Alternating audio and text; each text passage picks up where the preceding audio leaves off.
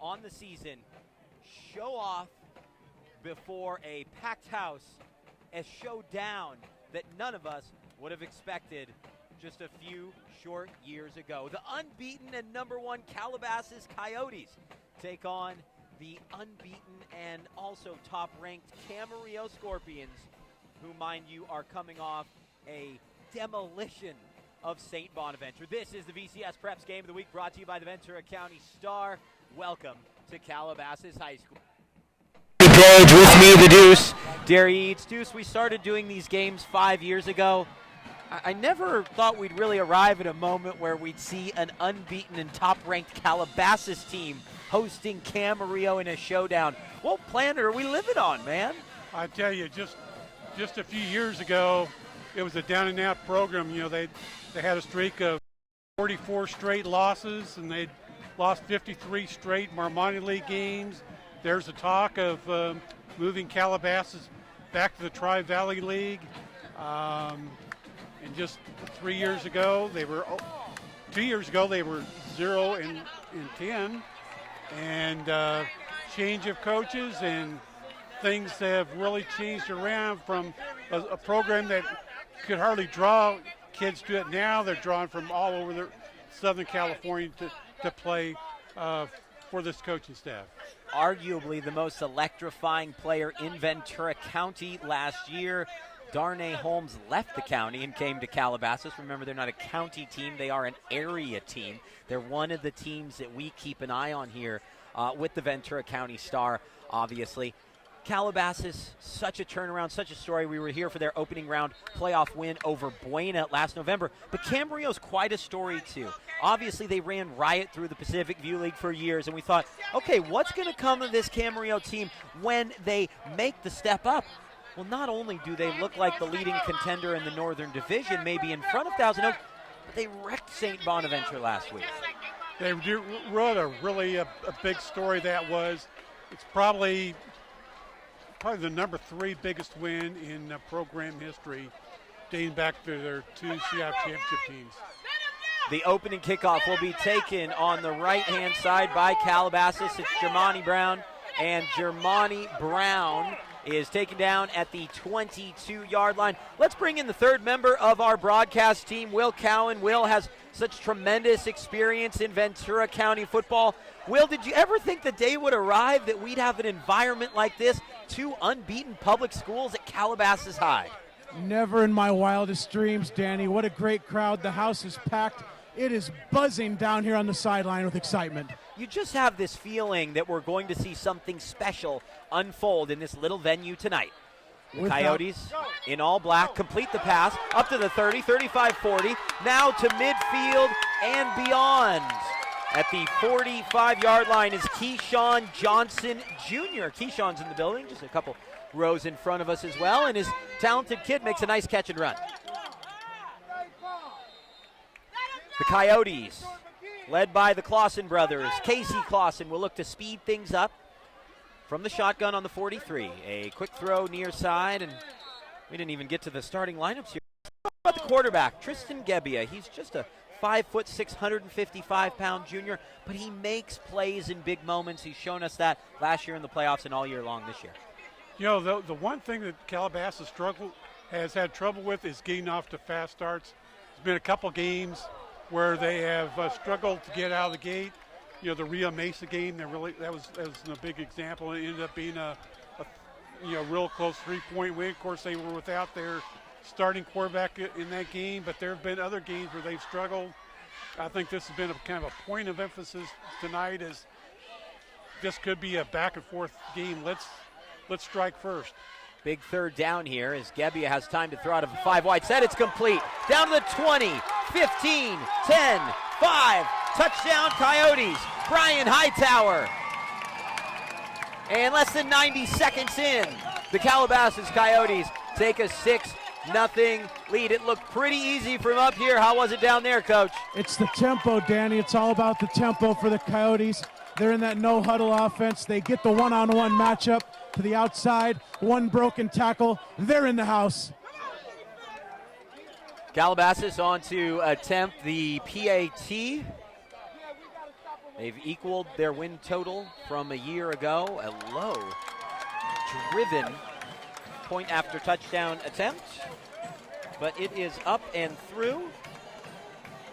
And there we go, 7-0. So my question is, how does Camarillo respond? They're riding high off of that huge win over St. Bonaventure. Calabasas marches right down the field in 5 plays. Well, you got to think that Camarillo is looking for the strength of their running game to kind of set their own kind of tempo with Isaiah Otis. I agree. They'll probably look to, when we think of them as this high-flying, more up-tempo team as well, but they'll probably look to slow things down and utilize Isaiah Otis more. Yeah, kind of take Calabasas out of its high tempo. Slow it down. Scorpion offense has so many weapons we've seen this year.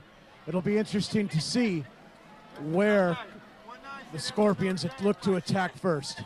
Well, this seems like an important drive to open. Here's Elijah Alexander from the 15. Has a wedge to the left side. He's strung out and hauled down to the 25-yard line. Camarillo will start from there. They are led by their senior quarterback, Jake Constantine. 114 of 158 for 1,520 yards, 22 touchdowns for Jake Constantine.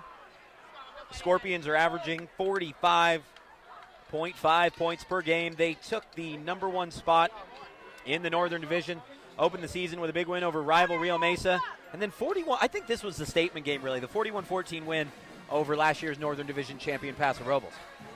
And, you know, they beat Arroyo Grande, too. I mean, that's 2 really good wins.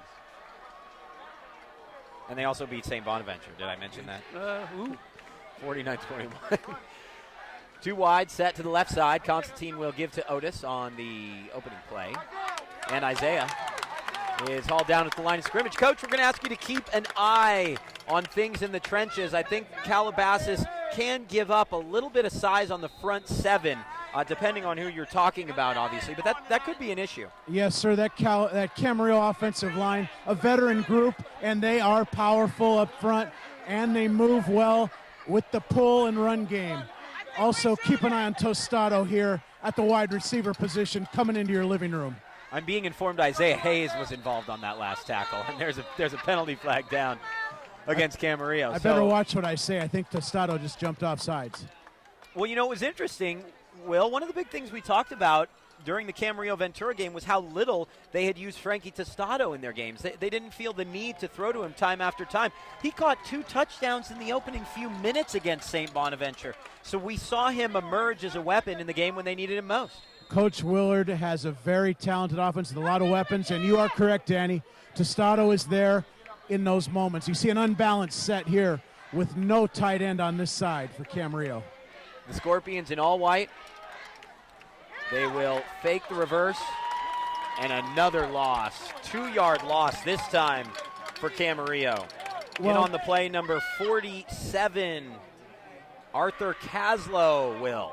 My first observation for Calabasas, they do give up some size on the front, but they swarm to the football like no other.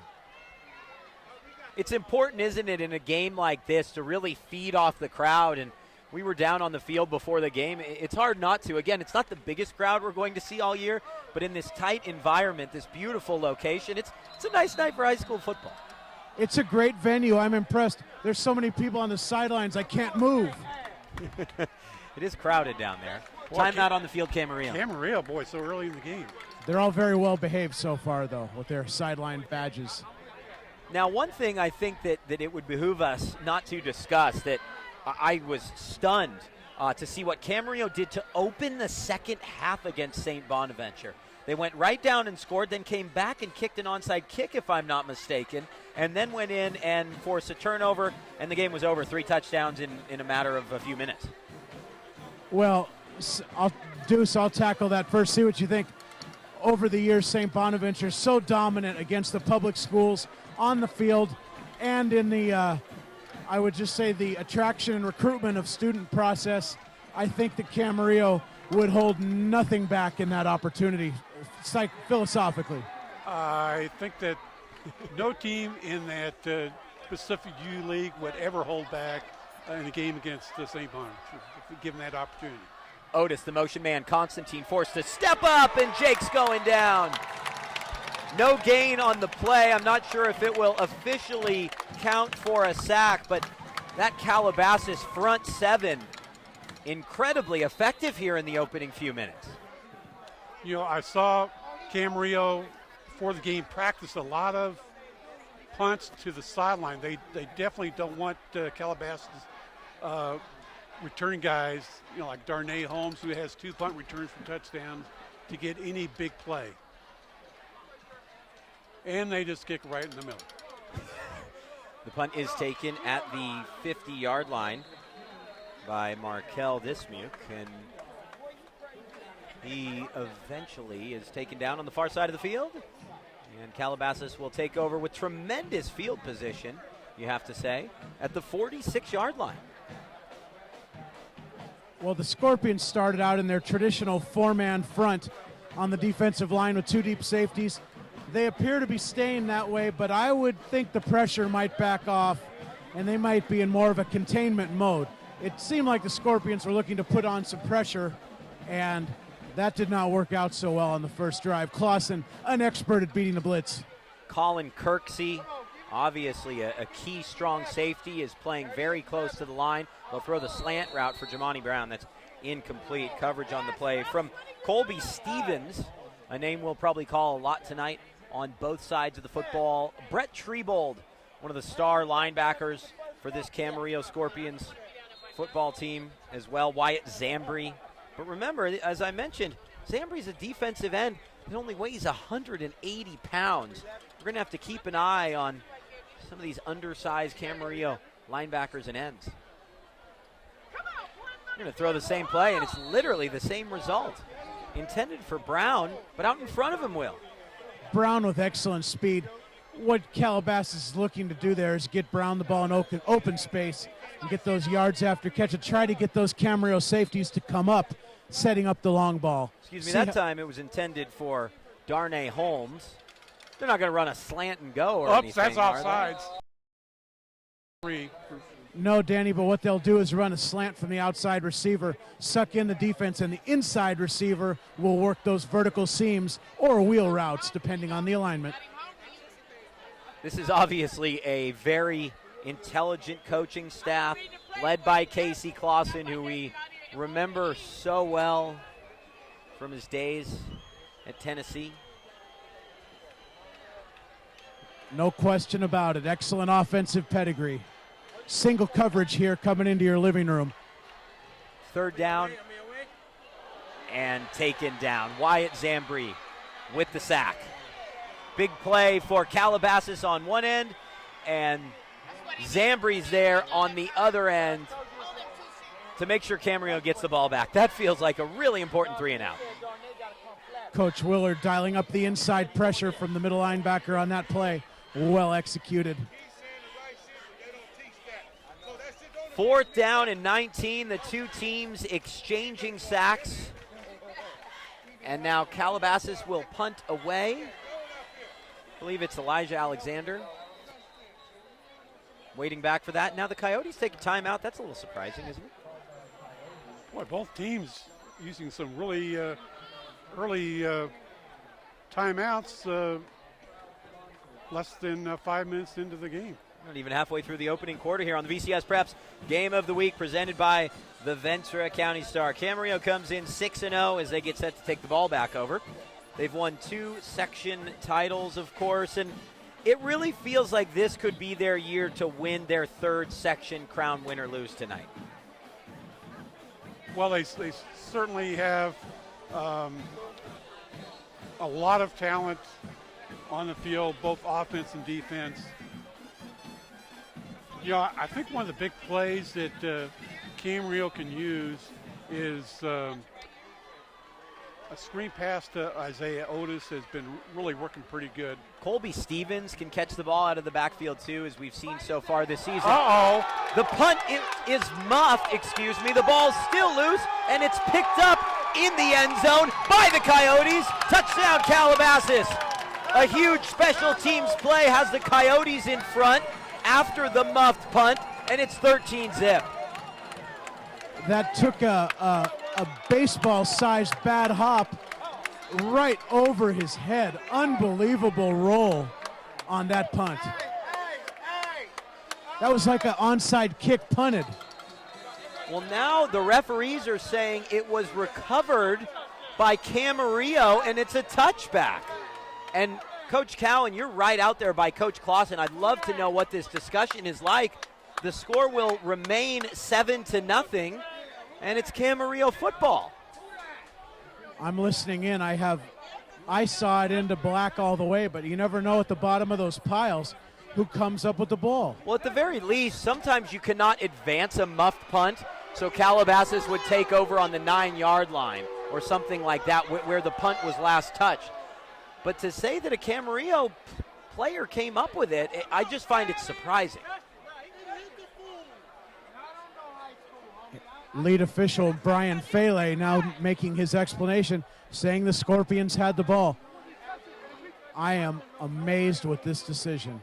It looked like it was 6 or 7. Now they're saying that it was not touched by the returner. The back judge did not drop the sandbag, saying that the ball was touched.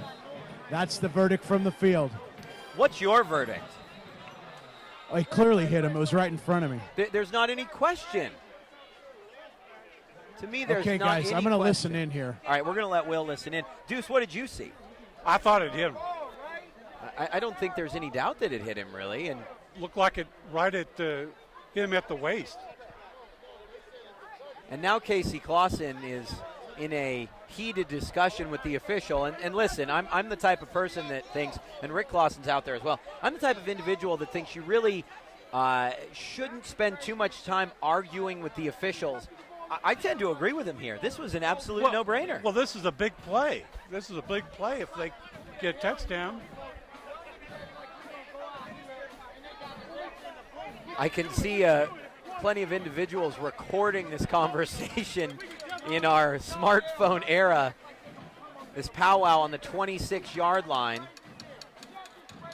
And it is a heated debate. But to me, crystal clear, Calabasas should at the very least take the ball over at the position that it was muffed. Okay, you ready? I'm ready. According to the official, once the ball is touched by either team and it rolls into the end zone, it is automatically a touchback in high school football. That's the ruling, that once it's in the end zone, it's an automatic touchback, whether there's a touch or not. If that's the rule, then they're completely correct. And if the officials got that right, it's obviously a huge moment in this game, but it's correct because the ball was not recovered until it was in the end zone. They said that regardless of who touched the ball, once it's in the end zone, it's a touchback in high school football. So which very seems well to could be be enforced correctly. Yeah. In the college game, it'd be different. There's your screen, Deuce. Complete to Colby Stevens.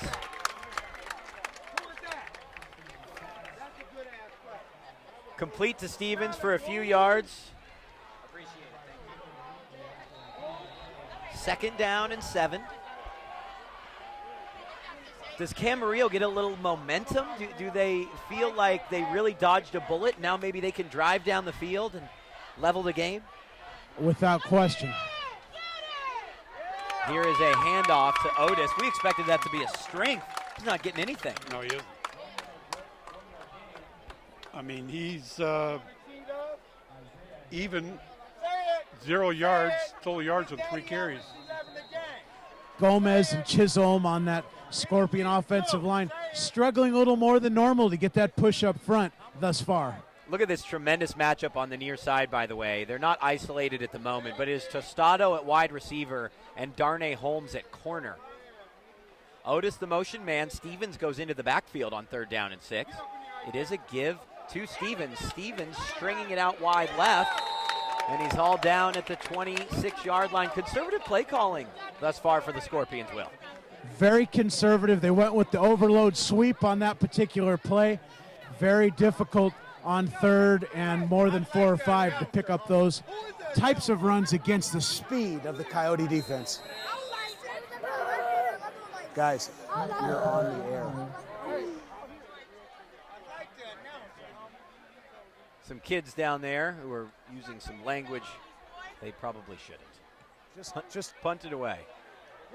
Fired up ball boy.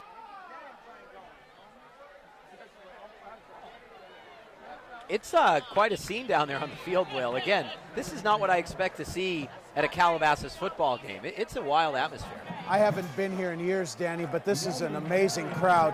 I think at the quarter I'm going to get a little shot up on Twitter for all the fans at home supporting both teams to see capacity crowd and quite a buzz in the venue. First down and 10 for Calabasas.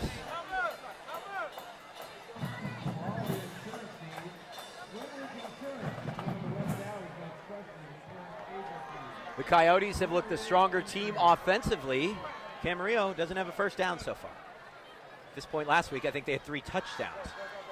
Here's completion to Darnay Holmes. Darnay is up to the 40 and out of bounds at the 44. That's good for a first down. So one of the keys is to try and get Darnay Holmes going. And, well, at least on that play, they started the drive in a positive manner and completed an easy pass for a first down. Yes, sir. The real key to Coach Clausen's strategy is to get those positive yards on first down. Gebbia trying to roll to the left side, and he's taken down again by Zambri. Zambri has 2 sacks already. Great pressure from Wyatt. Zambri's just doing an excellent job in his pressure. Nice little swim move on that last play.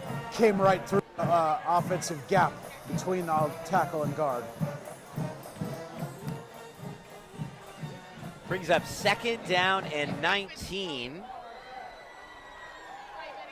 The back is Eric Hillman, the senior.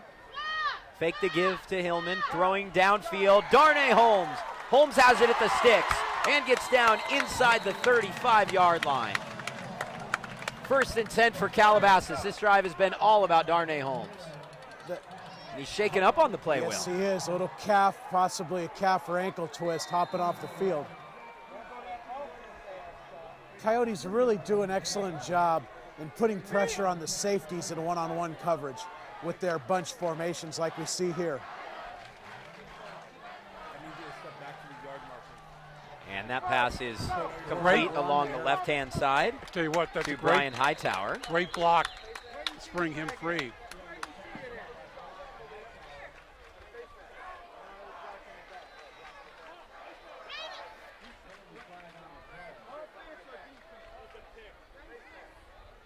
There's a penalty flag down on the field, Deuce. I didn't catch what that was for. Well, it's got to be Calabasas. They're coming back.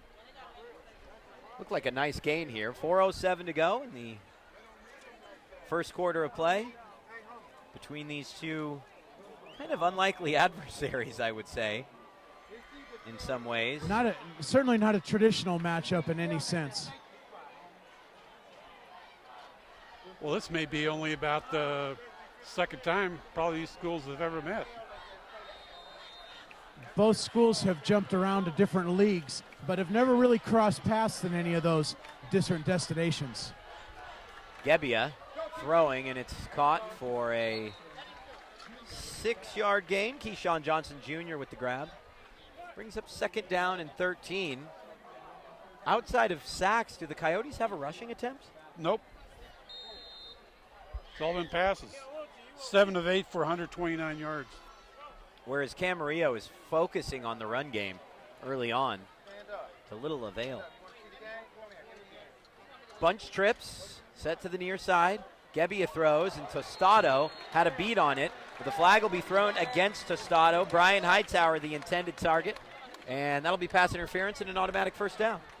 He may have come in just a split second early, wouldn't you say, Deuce? Yep. Almost timed it perfectly.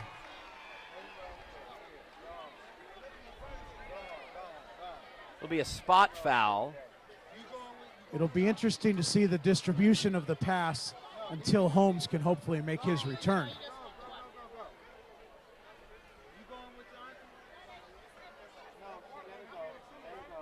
Are they having a look at Darnay? Is he ready to get back in the game? What's the word, Will? Sorry about that, young man. Trying to get a beat on it now. Looks like they're checking him out. He's walking around the table now. Hasn't been retaped. The trainer's still attending to him.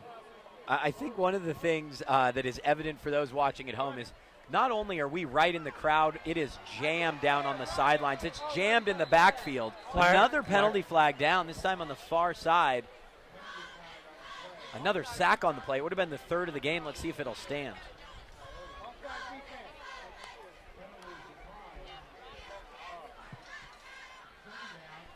Looked like Camarillo's Colin Kirksey was hurt a little bit on that play. Yeah, he's now going out. Yeah, he's hobbling off the field. It was an illegal shift. Penalty will be declined. Checking in is Casey Bash, senior running back. We called his name a couple times a year ago. Boy, you just think back to how banged up this Camarillo team was last season. Oh, yeah. You know, when they lost Tostado, they lost Isaiah Otis, and they lost about 3 or 4 offensive linemen. I think Stevens was out too for a Stevens, stretch. yep. Here's Gebbia going to the air, caught by Hillman inside the 5, and he is down at the 1-yard line. First and goal, Coyotes. Yes, that last play, Coach Clausen into the empty formation with 5 wide receivers. Very difficult to cover those inside patterns. Darnay Holmes back on the field, by the way. Hillman will be the lone back after just making that catch. And it'll be Gebbia leaning forward. Will 5'6" be enough? Yes, it will. The junior quarterback's in for the touchdown, 13-0. Yeah, one thing that I've noticed in 2 really long passes that they've sent 2 guys on the same path straight down the middle, and they throw the inside guy. That's to an extent what you were talking about, Will, in some ways. You were talking more about an inside slant, and then it would clear parts of the seam.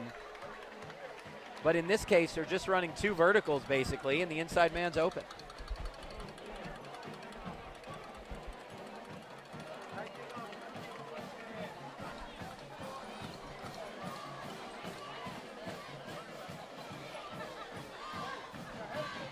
Well, I tell you what, Calabasas has been sacked 3 times. It doesn't seem to slow them down at all. No, they keep dropping back and getting those pass out. They don't take a long time to get the ball out, Deuce, so if that line can hold up for a 3 to 5 step drop, the ball's out. Yep.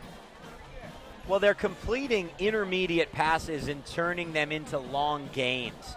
And I think that has made the difference thus far. Scorpion secondary not used to some of these creative formations from the Coyotes. The 5 wide, the bunch trips, some of these pass patterns you don't see as much on the western side of the county, so to speak. An interesting kickoff formation as they favor it to the right-hand side. It'll be taken inside the 10-yard line after the missed PAT. And returned beyond the 30-yard line on the VCSPreps Game of the Week presented by the Ventura County Star. My name is Danny Page. With me, the Deuce Eads, and down on the field, our main man, Will Cowan. Better get that tweet up, Will. We're rows of fans are looking forward to it. They're going to be fired up at the quarter. Don't worry, I got them. I don't want to lose my spot at this particular moment. It's tight down there, man. If I move 3 inches, I might get bumped by an assistant principal. And as an administrator, you know well that's not something you want to do. You could be knocked into that golf cart right behind you. I've actually never seen this many people on the high school sideline. Little different approach, I would say. Constantine drops and tries to dump it off to Stevens. He just has absolutely no time back there. Zach Boyle there to make the play. The Scorpion offense a little out of sync here with their timing in the pass game.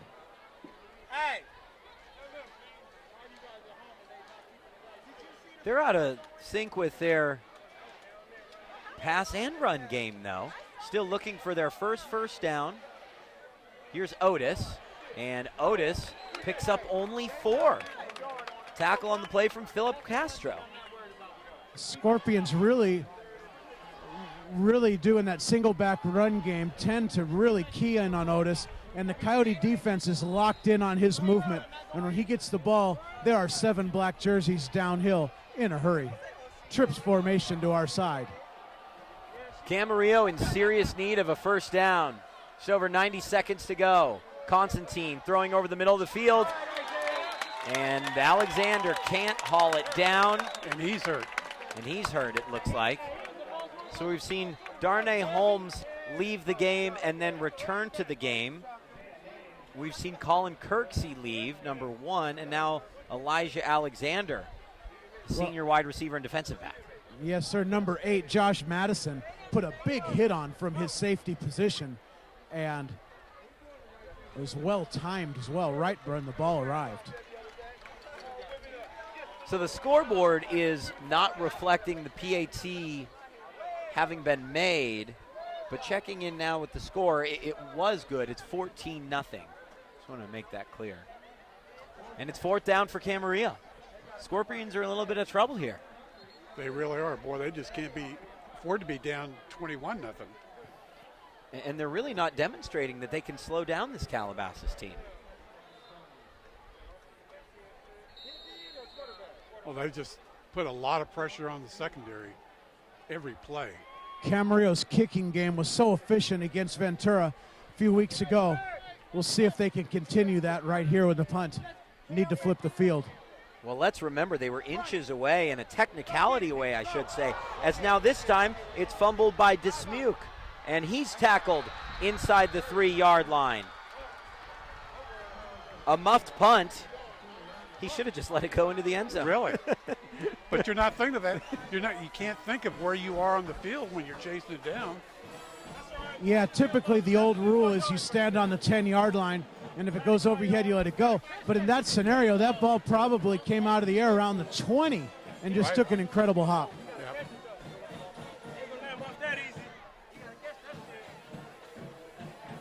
So it'll be 1st and 10 from the 3, and Camarillo desperately needed to flip the field at least, despite being unable to pick up a first down. Colin Kirksey back in for the Scorpions. Alexander not in at corner. Colby Stevens in instead. Here's a screen pass to Holmes. And what a tackle by Colby Stevens. Brings Darnay Holmes down, only a 3-yard gain, and that is almost impossible to do. After the first series, the Scorpion cornerbacks have really adjusted well to that hot slant route that we've seen. Offside against the Scorpions. That's what the Coyotes think. I'm not convinced. Yes, it is. Now you're convinced. You convinced now? Well, of course. Inside of a minute left in the opening quarter. This has been a long opening period. It's already 7:32. It's going to be a long night in general with homecoming as well. They'll go back to Darnay. Darnay gets a first down, but I think there is a holding call coming up against the wide receiver on the near side, and this will be coming back. It was only a short gain, about 4 yards, but it was good enough for the first down. Well, you know, Darnay can turn those little passes into about a 25-yard gain, as he's already proven today. That was quite a show last season, that Newbury Park offense. It was something really special to see, as the penalty does go against Calabasas. I remember seeing them play this Camarillo team, and there was a running clock in the fourth quarter. I don't think there was really a team in the Northern Division that could slow them down. It was just the torrential rain and pile of mud at Paso Robles that ultimately took down that team. That pass is behind the intended target, Keyshawn Johnson Jr., and incomplete. Yeah, Coach Willard defensively for the Scorpions is as aggressive tonight with the B and A gap blitzes from his linebackers that I've seen in some time. Do you think that that is a positive strategy in terms of how they can defend this team? I think it's a great idea. Yes, he needs to get the ball out of the quarterback's hands quicker and not be forced to cover this speed for long periods of time.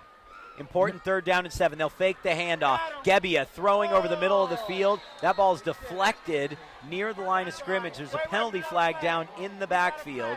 And more than likely, that will be holding against the Coyotes. And it is. Camarillo will decline. It's 4th down. And that was one of the issues. I don't think either of you were here on the VCSPreps game of the week for the opening round of the CIF Southern Section Western Division playoffs last year. Calabasas had way too many penalties, specifically for a playoff game.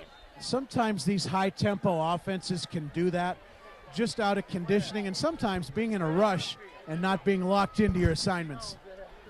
This punt will bounce at about the 30-yard line, and the Scorpions will take over from the 33. So we're seeing the impact that Camarillo special teams has had, once by a stroke of good fortune, and then another time by a really quality punt that the return man couldn't handle, and the Scorpions, now they need to strike. Yeah. No question. I would not be surprised to see the play-action pass, maybe looking for the home run here to Tostado on 1st down. Tostado will be on the near side, and he won't be guarded by Darnay Holmes. Germani Brown. Constantine has struggled thus far, hasn't had a lot of time to throw. It's an inside pitch, and that will go for a 1st down for Camarillo inside the 20-yard line. Casey Bash. They fake the option to the right and then toss it inside to Bash. Yeah, the shovel pass is a safe play on 1st down because the worst-case scenario, it's an incomplete pass. Or goes for no gain or something like that. Yeah, it's an incomplete pass. It's a forward pass as long as you don't catch and fumble. Smart call from Teo Sanchez, who obviously had a pretty incredible night against his alma mater. And that will bring the 1st quarter to a close here at Calabasas High School. Been quite an eventful evening thus far as the Coyotes lead the Camarillo Scorpions 14-0. What a quarter for Gebbia. He's 8 of 13 for 162 yards. Not a bad night, and they haven't been throwing deep ball after deep ball. As I said, they're completing short and intermediate routes and then turning those routes into big gains. Yep. Let's take a look at some of the scores from around the region. Newbury Park has tied things up against Westlake late in the 1st quarter after Cameron Rising hit Andrew Noble for a 21-yard score. Mission Prep is playing Fillmore. That game doesn't kick till 8. Royal leads Oak Park 14-0. Rio Mesa on top of Wainimi 7-1 after 1.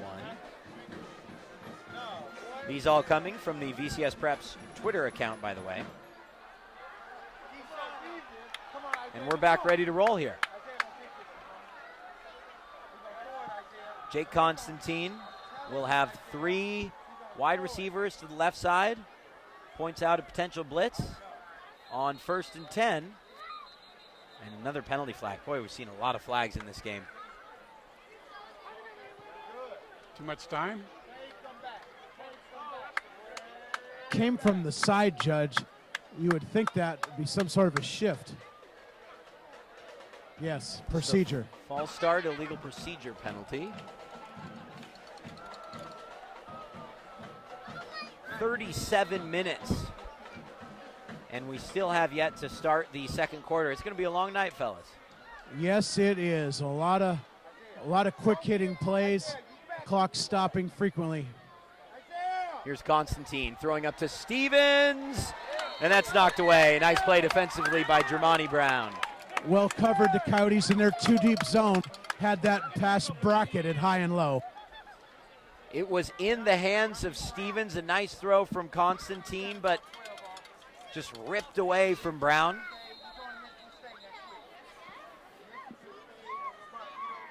Now another stoppage from the officials. I think there's a player. It's Colby Stevens has blood on his elbow, and he'll have to go to the sideline, and they'll tape that up. Athletic training staff there ready to take care of him. Shouldn't take long. Coyotes now appear to be coming out of that deep, 2-deep zone and into more of a pressure look here for this all-important 2nd down. Casey Bash checks in. Bash is quite a versatile player, wouldn't you say? Well, now they bring in wide receiver Thomas Janke, and Bash is a versatile player. He filled in at running back a year ago. Strong safety. They can almost use him as an H-back as well. Constantine on second down. Wide open in the end zone, but the throw was behind the intended target, and Camarillo gets a penalty flag. It's intended for, here's a name we have yet to call tonight, Caden Muscarella. Yeah, unpopular here for the Scorpion faithful, but a good call nonetheless for face guarding. The Coyotes there showed a deep cover 2 zone, and at the last minute, so what we call a bandit call, where one of the safeties runs up to cover the middle, and Constantine saw it, threw it over the top, one-on-one coverage. That is a high intellect read from a high school quarterback. Just underthrown. Yes, but the fact that he saw the break in the coverage in his drop and threw it, phenomenal recognition. Penalty takes the ball down to the 13-yard line. For Camarillo and Jake Constantine specifically, he really hasn't gotten the looks he might have wanted from top schools in the recruiting process, but you look at a read like that, yes, he might not have made the throw, but you look at a read like that, you look at his size and leadership, and you say he'll be playing at the next level.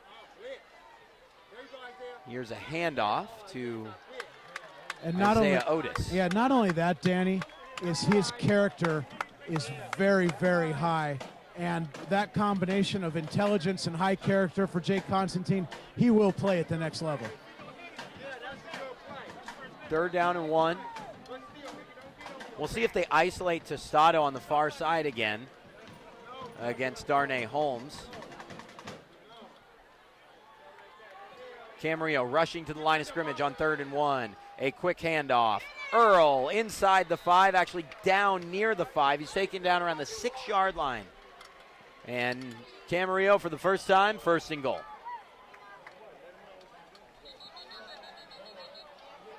Now a late penalty flag. I believe it'll come for illegal substitution.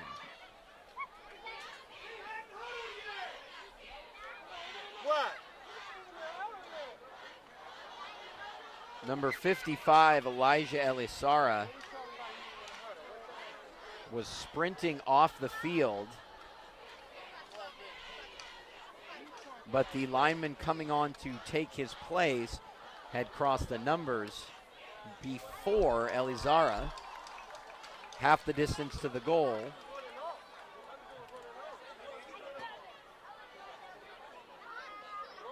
There it is, illegal substitution. 1st and goal for Camarillo from about the 3.5-yard line.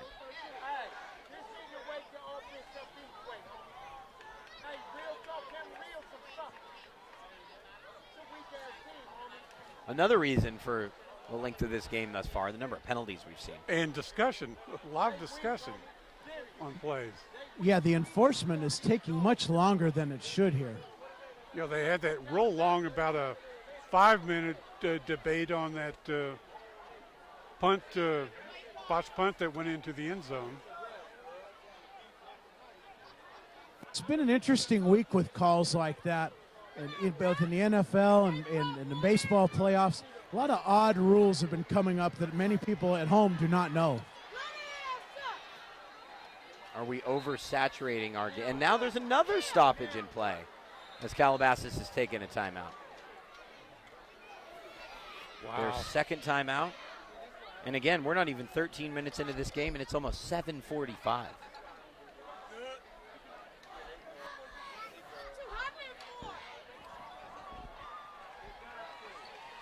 Camarillo from here, a couple opportunities you would think to run the football, and they should pull within a score. What have they done differently on this sequence, Will? Well, the Scorpions, well, for one, they're making positive gains on 1st down, which is always helpful. They've gotten some positive runs in, and quite honestly, the pass interference call is the difference in this drive.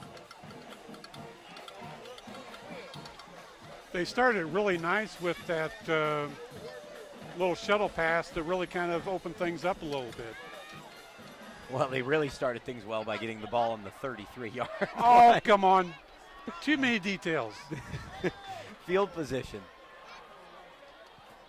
You again have Tostado and Holmes isolated on the far side with Bash and Isaiah Otis in an I formation. I love some of these two tight end looks from that Scorpion offense. They do a great job in creating space on the outside. They'll shift their strong side to the left and give to Isaiah Otis. And Otis is in. The Scorpions pull one back. It's 13-6. So impressive on the shift. They did the exact same thing in the Ventura game with the stretch play. This time, the cutback off tackle, very, very effective. Otis is an effective running back, has had a tremendous season, the senior. Looking to become the first 1,000-yard rusher for Camarillo since Aussie Talk in 2009, as that kick is up and good. He might do it tonight. Well, you have to have a big game, and yards have been really tough to get through for the Camarillo rushing game. So we're going to initially we're going to need to make a quick change here in our score. 13-7. The extra point was missed. You would think they would have changed it now if it was actually made.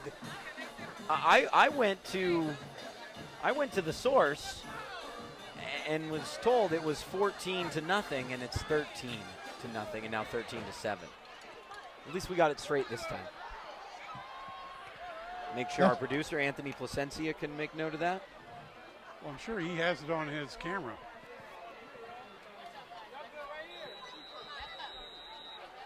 Light years ahead of this broadcast crew, he is, I'll tell you that much. A short kick, bobbled, and then recovered by Boucheroux. So Calabasas has decent field position. They'll start from the 35 in a 13-7 game.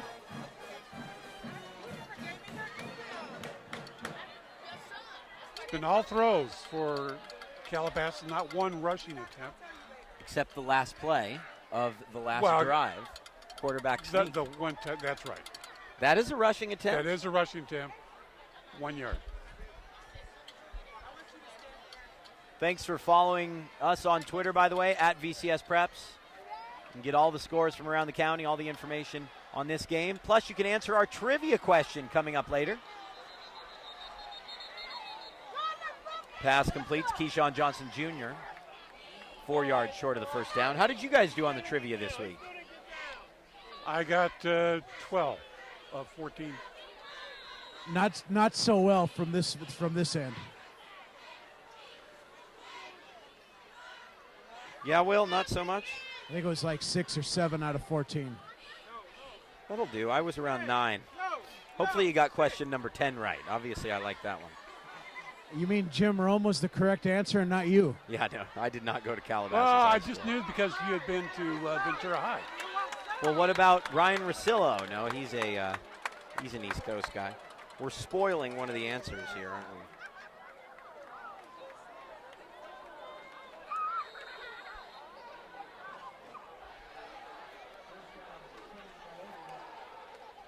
First down takes the ball up to the 48-yard line.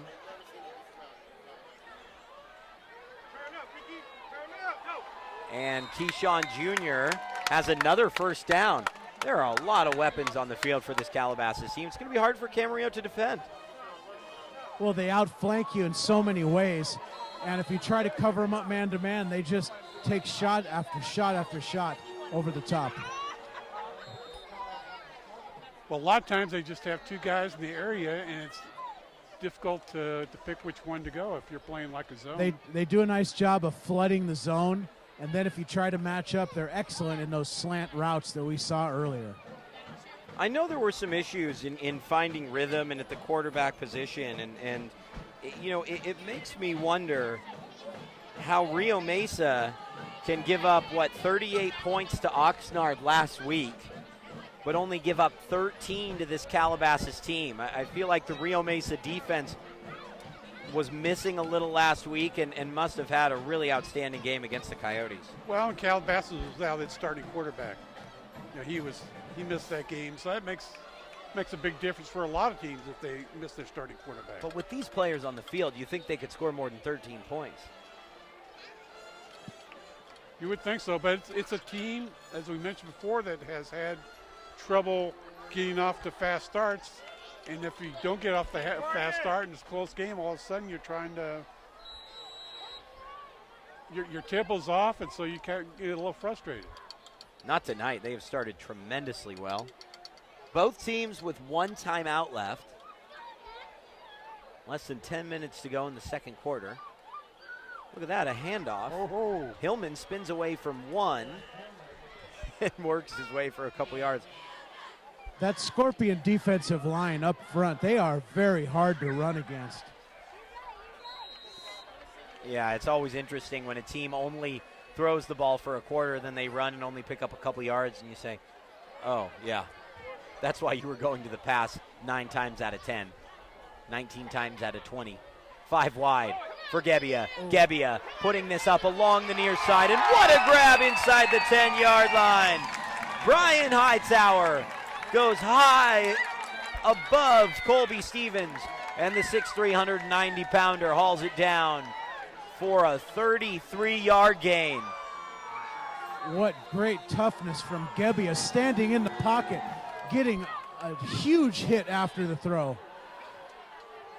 Remember, this isn't a 6'3" quarterback. He's undersized.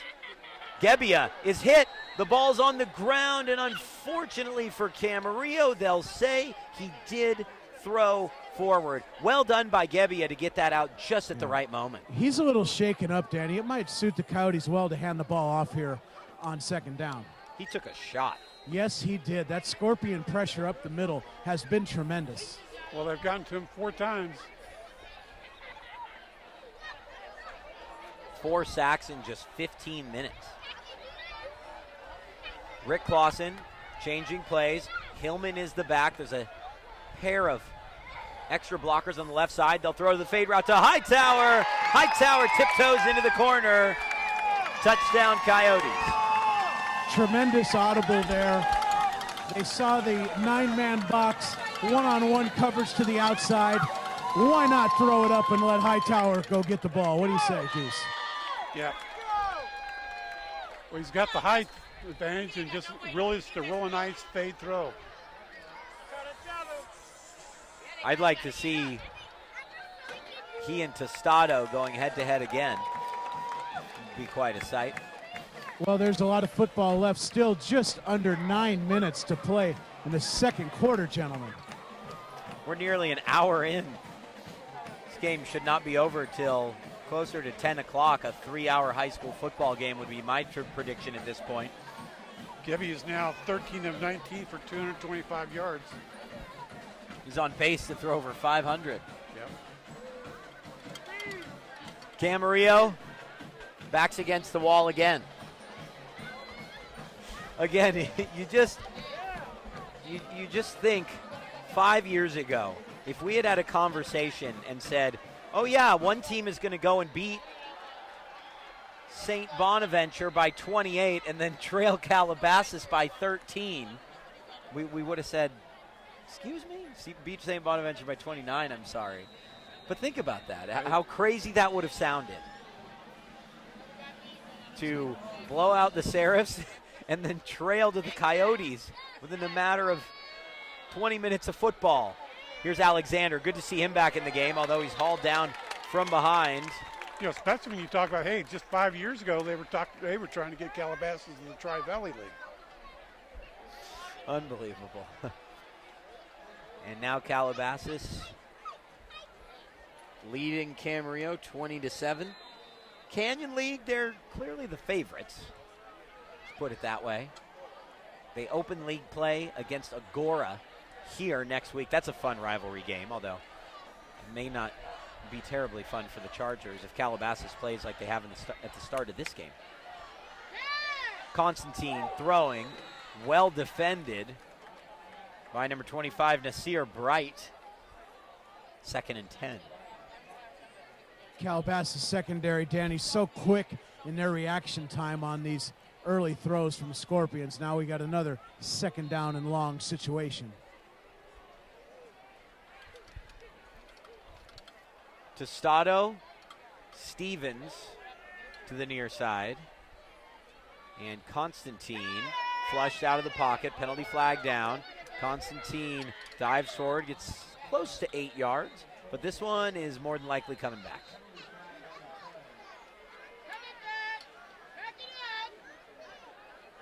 Camarillo has just, you want to guess how many total yards they have at this point? I would say somewhere around 50. 32. Stunning.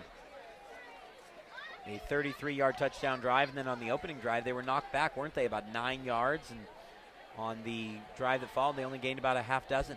So, all the way back now inside the 9-yard line. Could have looked at this as something of a trap game for Camarillo, and they're in a trap right now. 2nd and 23. Screen pass, smart call from Constantine. And going for a 1st down and more is Otis. What a catch and run to pick up a 1st down when the Scorpions really needed it.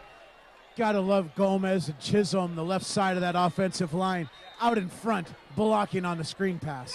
We have a Calabasas player injured. The referees eventually stopped the game. That's Justin Johnson. Pardon me, number 8, Josh Madison.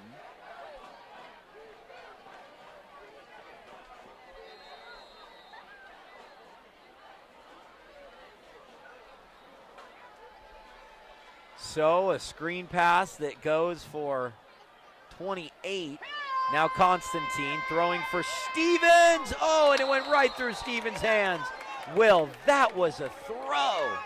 Couldn't have thrown it any better.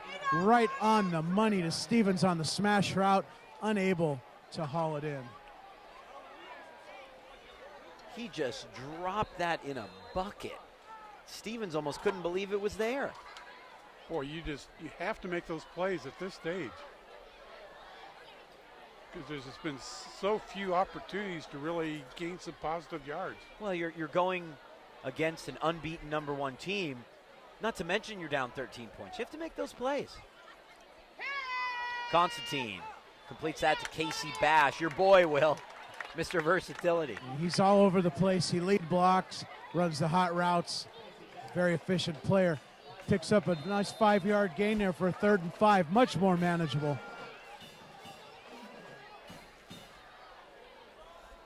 Stevens will be to the near side with Bash. This may be 2-down territory for Coach Willard here. You think so? I was thinking the same thing.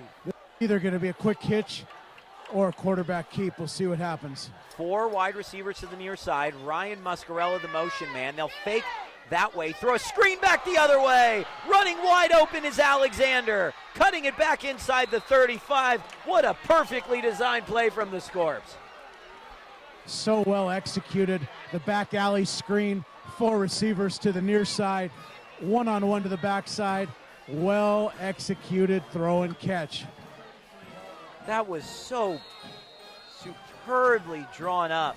Well, Chisholm with the old, what we call a shot put block, where he basically pushes the defensive lineman into the ground to get his hands down.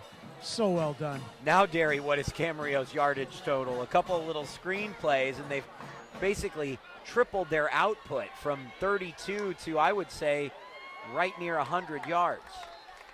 I've got him about 90 right now. No gain there. They're not adding to the yardage total there. 2nd and 11.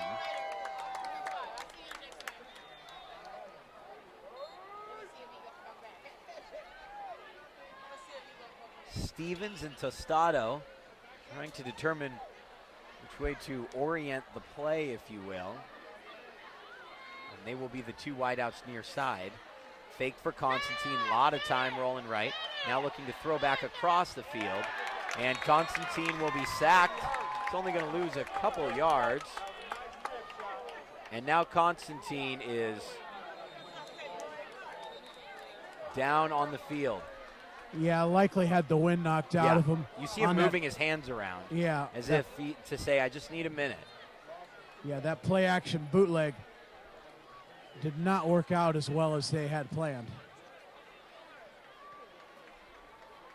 And he's all right. He's walking back to the sideline. I think Camarillo will use a timeout to make sure he can come back in the game on third down.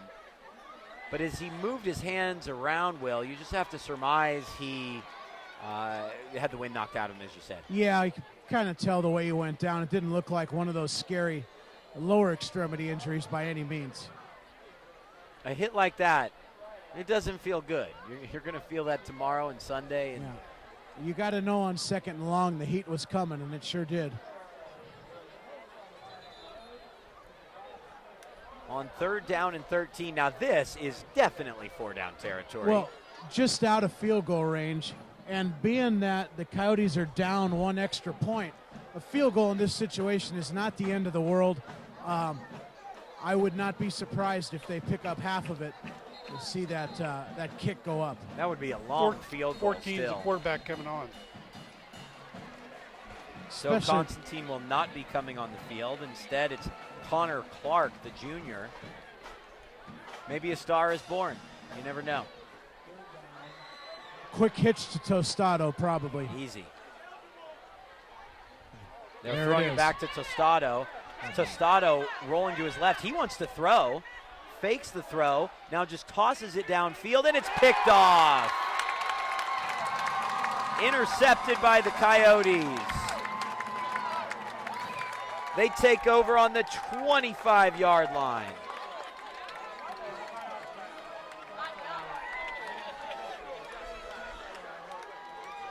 Well, when you have a play that takes so long to develop, bad things can happen. Well, one of the things with the backup quarterback in the game, you have to think the Coyotes were not playing a downfield pass. They were there in the box expecting the run or a trick play. They held their marks, if you will, and let that play out without trying to all mob for Tostado. Perfectly played in relation to that trick play. Here's Hillman, and Hillman tackled. Fly sweep there. That caught me off guard. Wasn't expecting to see that. Especially with how much they've thrown the ball on first down. For that matter, every down tonight. Yeah, I was going to say, they put the ball in the air regardless of the down and distance.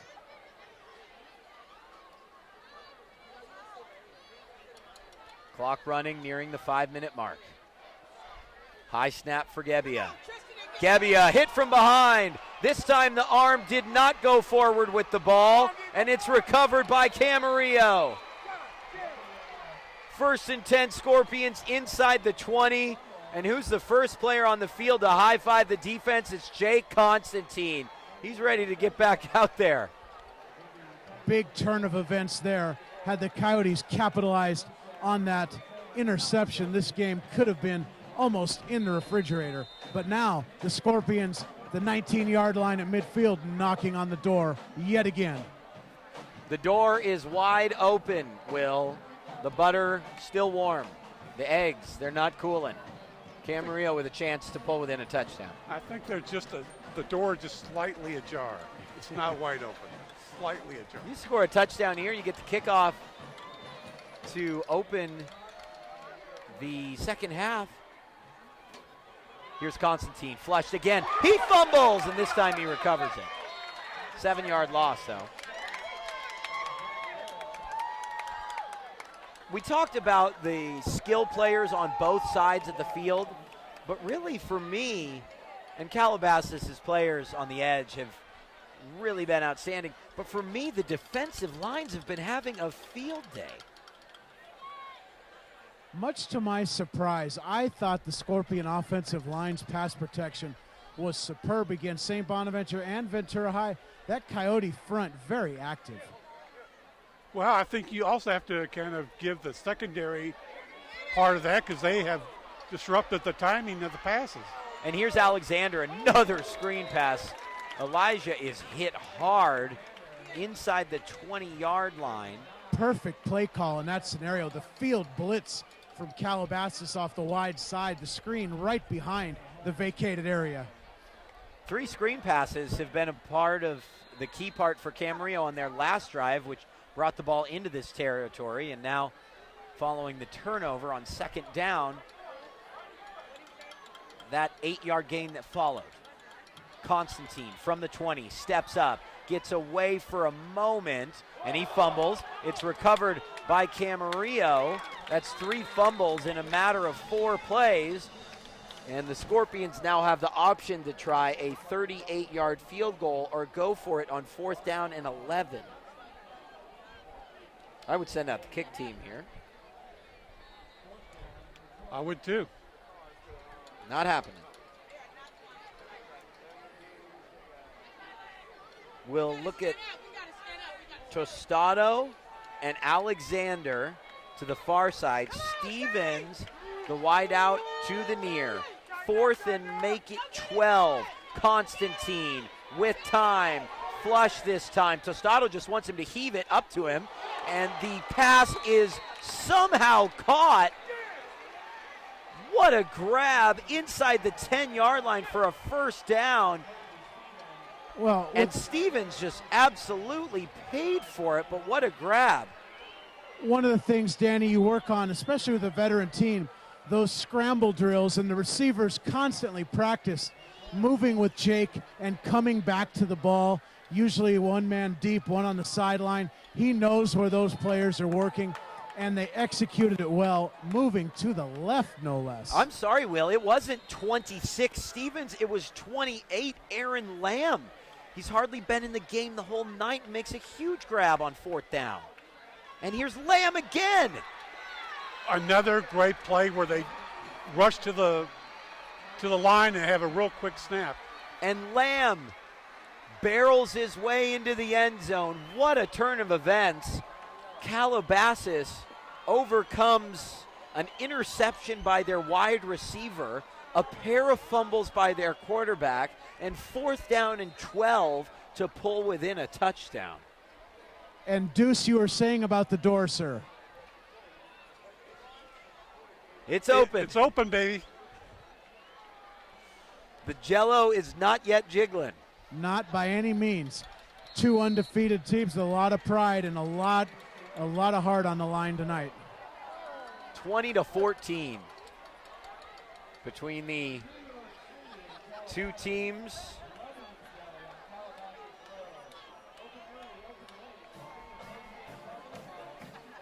That both sit in the top of their division. We're going to give you our trivia question, our bonus trivia question, right before halftime. You can send your answers on Twitter to @VCSPreps. If you get it right, we're going to give you a shout out. And we will give you the answer. Let's give you the answer, actually, Anthony, at the end of the 3rd quarter, so we can make sure that our fans tuning in that got the answer right get the proper credit. How does that sound? Is this another Joe Curley trivia? This is, but we have our own special trivia question that you're not to answer because we're leaving it for the fans. Will, you can answer it. You probably won't get it right anyway. Wait a second. Will's been around quite a bit. This kickoff taken at the 30. The up back sweeping to the left side. And a little bit more of a swagger from Camarillo. Excellent field position for Calabasas. You know, win, lose, or draw tonight, and I know there won't be a draw, but there's a certain characteristic, Will, of great teams where in massive moments, and maybe that wasn't a massive moment, but in crucial moments, the players that aren't the big stars, that aren't the most important players, step up and make huge plays. And that's what we saw right there from Aaron Lamb. No question, Danny. A lot of resolve on his part to make the plays he needed to make in those situations. But the real question now is how Calabasas responds in this situation. Well, and now they're going back to the run and trying to run some time off the clock. A little bit more defensive. Well, Camarillo switched to a 3-down line, which may have something to do with it. Gebbia throwing, and it's picked off by Tostado. Frankie Tostado inside the 40. Camarillo gets the football back with terrific field position. It'll be the third time they've started inside the 35-yard line of the Coyotes. You've got to give Coach Willard credit, as I mentioned on the previous play, switching to the 3-4 defense, dropping an extra man into coverage, and the Coyotes were not ready to adjust. Make that the 36. But what field position and what an opportunity. Camarillo can take a lead into halftime. Plus knowing that the tendency of the Calabasas passing game was to throw real quick, and they've thrown that little screen pass, well, not a screen pass, but kind of a sideline pass quite often to the right-hand side. One of the things in the Scorpion playbook is that fake screen and then throw it deep with the pump fake. They'll avoid it this time. It was a fake. Constantine gets away for a moment, looks to complete it downfield and does. Jake the Snake, if you will. Flag on the play. I wonder, I didn't see a push off on that. Could have been a face mask maybe. There was nearly a flag after the play as Constantine and the defensive lineman, Alex Stevenson, were in each other's faces. Let's see what the ref has to say about this. Personal foul, hit to the head. Ooh. Half the distance to the goal. 1st and 10 for the Scorpions from around the 12-yard line. Yeah, and that's a spot. Well, it was from the half from the spot. Yeah, huge penalty. Saying that the defensive back lowered his helmet on that tackle. Not targeting, but unnecessary contact was the call. Well, there's been some big penalties by Calabasas to really help the Camarillo offense a little bit. Last 2 series. It was a similar story here in the opening round of the playoffs last year. They just gave Buena too many opportunities. 90 seconds left in the half. The Scorpions somehow 12 yards from tying the game. Here's Lamb again. You saw that shift of both tight ends and the off-tackle power.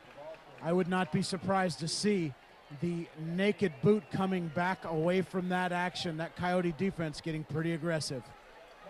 Each team with a pair of timeouts, with a single timeout. There are only 2 left in the half total. Constantine throwing a little wheel route. And did the player cross the plane before losing the football? Yes, he did. Touchdown, Scorpions. We saw the ball come out. It was hard to tell from this angle, but the referee says that he crossed the pylon before fumbling the ball out of the side of the end zone. Will, that was a moment when I wish you were on that other sideline because it was so tough for us to see precisely what happened. I wish I was too. The Calabasas contingent not happy at all, thinking that should have been an incomplete pass. They've had some huge calls go against them tonight. They're frustrated, and rightfully so. To me, it looked like it was certainly a catch. I thought it might have been a fumble and then a touchback. The PAT is good, and Camarillo leads 21-20, 52 seconds from the break. Well, we've talked about it before, Danny. Camarillo has shown why this senior class is in the position that it is with their season thus far. They have answered the bell. It is time for Calabasas to try to make something happen here before the half. Do not expect Coach Clausen to take a knee and go in for the third period. I would be stunned if that happened. The Coyotes have 1 timeout. Derry? 2 big plays by the defense on consecutive series. Recovered a fumble and then the interception to lead to scores. In games again, where you have so many offensive stars that you want to talk about, it's the defensive lines. It's different members of the defense that are making the important plays, as this return for Calabasas is going all in the wrong direction. Ultimately, returned to about the 25-yard line. Problem is that took 9 seconds off the clock. Do you try and go to work here with Gebby, or do you just head to halftime? Well, I think you take a shot. You try to throw it over the middle on first down, get a chunk of yardage. You got a timeout or so to work with here, one to be specific, and then you work with it. If you go nowhere on first down, you're probably content to go into halftime. It's all based on the result of this play. 2 wide to each side. Darnay Holmes guarded by Frankie Tostado, who had that interception just a few plays ago. And it's a running play for the Coyotes, and they'll make the decision to head to halftime. I think it has to be said, Derry, what is the length of the 3 Camarillo scoring drives? I want to say 35, 32, 36, something along those lines. Well, the last 2 have been 27 and 19, and I thought they were at the 36 after the interception. You're right, 36 and the 19. And then I think that punt was taken the to 30, about the 35. 33. Yeah. Well, you just can't allow teams to score 3 times from inside of the 40-yard line. No, it all boils down to ball security and execution. I believe Calabasas may have got a little comfortable with themselves and a little careless at times, allowing the Scorpions certain opportunities. Camarillo can take nothing away from their effort. They have executed through some very creative formations, shifts, and excellent use of the run game. And Calabasas has shot itself in the foot with a couple of turnovers, and then they've had some big penalties on defense that have helped Camarillo move into scoring position. This is one of the longest first halves I've ever seen in high school football, 1 hour and 16 minutes. And you know what else we're in for tonight? It's homecoming. They're turning the lights off in the stadium, and we're going to bid you adieu for about 20 minutes, if not more. Head to the kitchen, make a cup of coffee, and get set for a wild second half. I'm going to send you to halftime, though, with this trivia question. And, Derry, do not answer on air, okay? When was the last time Camarillo missed the playoffs? Ooh, I know. 1994, 1997, 2005, or 2009. The lights are going down, and we're set for the homecoming spectacular here at Calabasas High. I'm going to check out guys. the kettle corn. Right? Grab me a water while you're down there. Enjoy halftime, guys.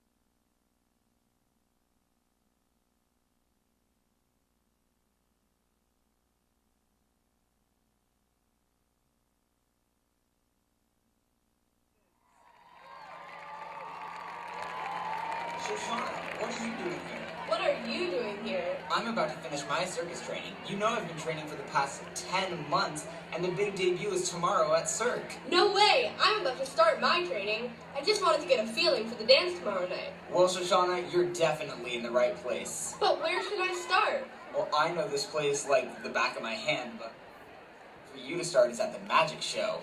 How do I get there? The freshmen will show you. Hi, my name is Bob, and I approve this message. I got the magic in me. Every time I touch that track, it turns into gold. Everybody knows I've got the magic in me. When I hit the floor, the girls come snapping at me. Everybody wants a blast of magic, magic, magic, magic, magic, magic, magic, magic, magic, magic. Oh, I got the magic in me. That was life-changing. I think I found my true calling. I can't wait to show off my new tricks tomorrow. You haven't seen anything yet. Wow, you guys have to check out the most incredible acrobatic performance ever. Asher, is that you? Asher, what are you doing here? Oh, I come here after school every single day, guys. The circus is my home away from homecoming. Have you started your circus training yet? It's been a long few months, but I'm ready for my big show tomorrow. No way. I'm just starting up my acrobatic training, but I have no clue where to start. I have to be ready for the dance. Well, Shoshana, I know some people who can teach you. Who? The sophomores! Ladies and gentlemen, boys and girls, step right up, step right up. Come closer, you won't believe your eyes behind this curtain. Witness something you've never seen before, tried before, the most amazing show on earth.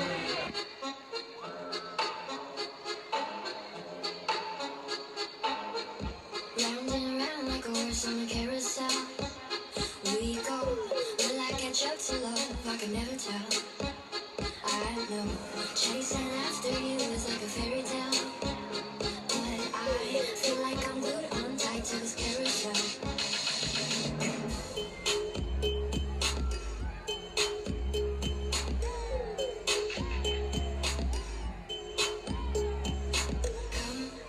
Come one, come all.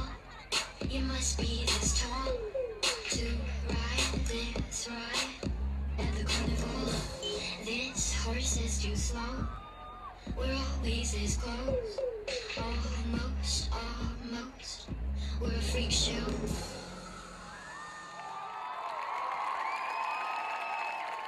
Asher, I didn't think anything could top that magic show, but that was unbelievable. I can't wait for performance tomorrow, Asher. Thanks, guys. That means a whole lot. Wait, has anyone seen Camden? He told me he would meet me at the circus earlier. He told me the same thing. Me too. Well, maybe we should look for him. There he is! Sorry I'm late, guys. I lost track of time at the petting zoo. I'm just so passionate about animals. How long have you been there and where did you get that dog? Well, I got here at 1, and I went to the petting zoo for a bit. And now it's 8. Well, his name's Billy, and I got him from the petting zoo. So you've been at the petting zoo for 7 hours? And you stole a dog? What can you possibly do at a petting zoo for so long? Don't worry about it. I'm here now.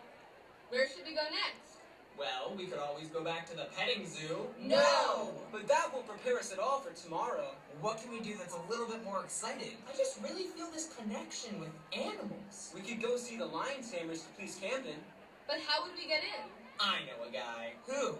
The juniors!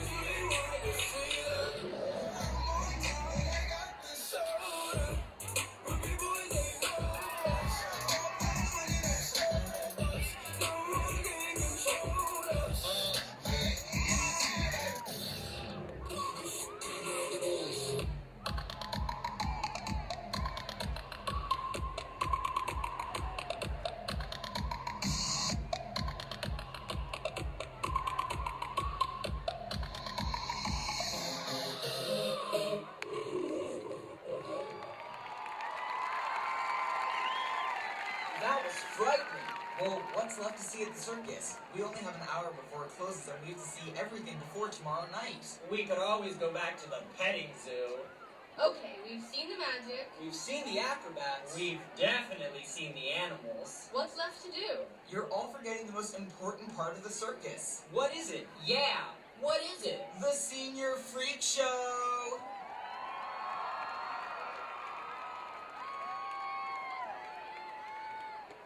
Hey, baby.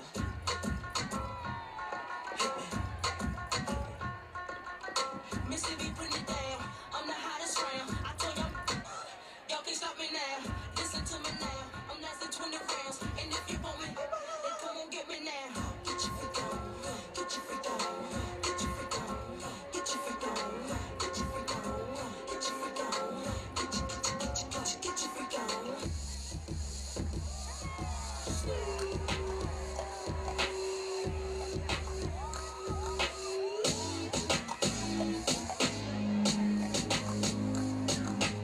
Pimps in the crib, mom. Drop it like it's hard. Drop it like it's hard. Drop it like it's hard. When the pigs try to get at you, park it like it's hard. Park it like it's hard. Park it like it's hard. And if a get an attitude, pop it like it's hard. Pop it like it's hard. Pop it like it's hard. I got the rollie on my arm and I'm pouring Sean down and I'm well, that's cause I got it going on.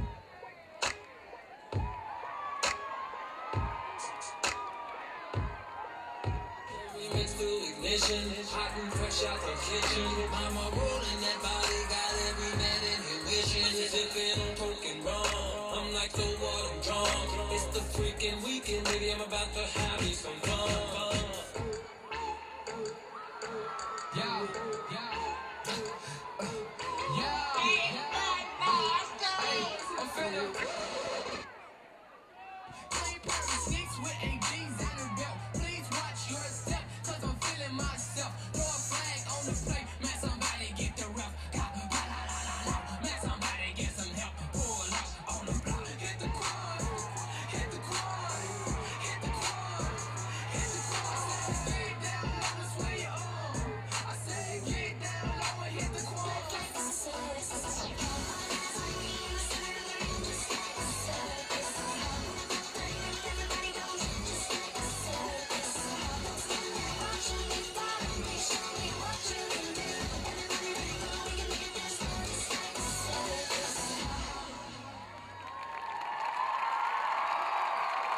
Well, that was freaky.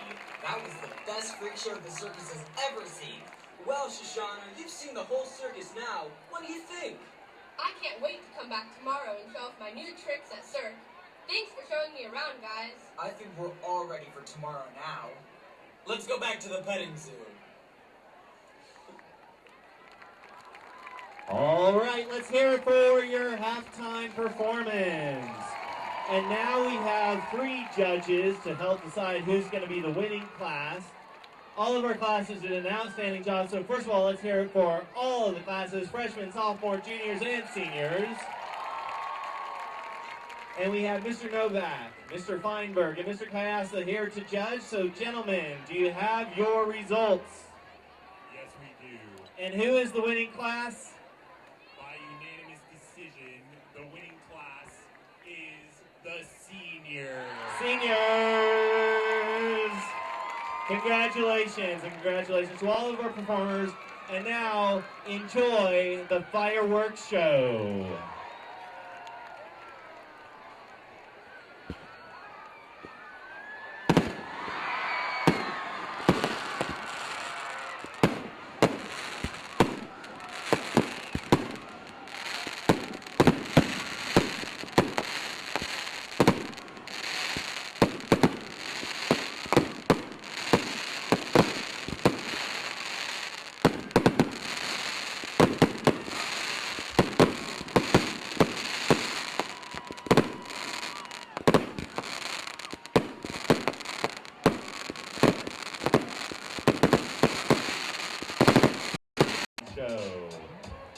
So, ladies and gentlemen, here is your homecoming court.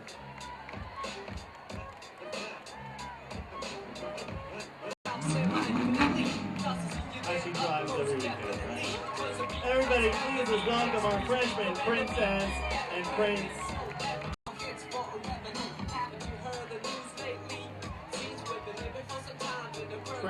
Prince Trent Adler, and Princess Madison Jennings.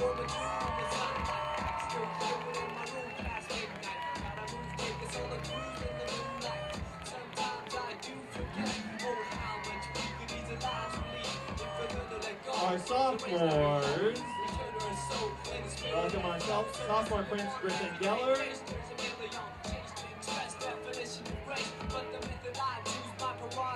and our Princess Selma Yakub.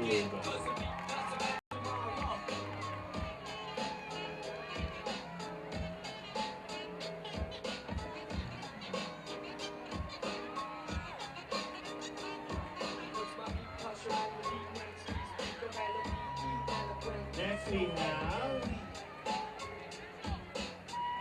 Jacob Colson.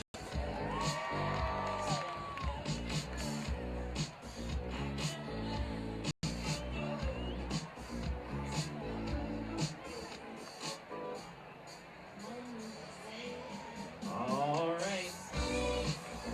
The next nominees on our senior court, we have Noah Fortson and Shelby Pirelli.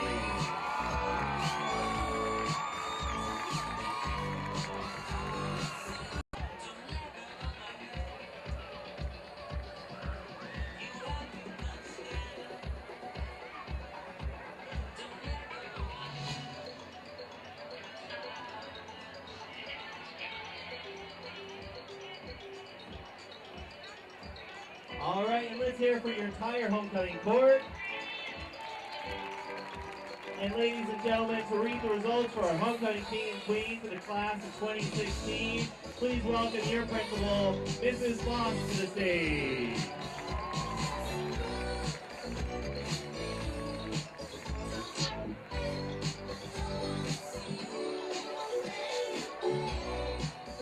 And let's just get our another mic.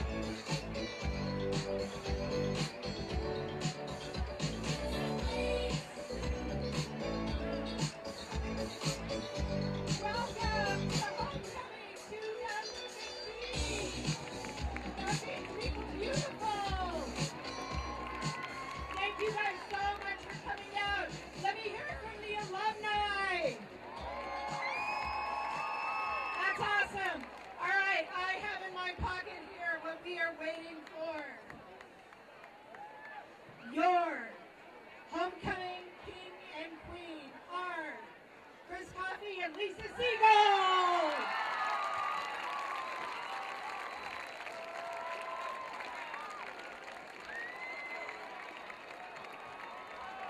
And once again, thank you everybody for watching the Homecoming Halftime Show. We hope you enjoyed it. Thank you to all of the different sponsors, advisors, and volunteers that helped make this happen. And thank you to all of our students. Now let's watch the Coyotes win in the second half.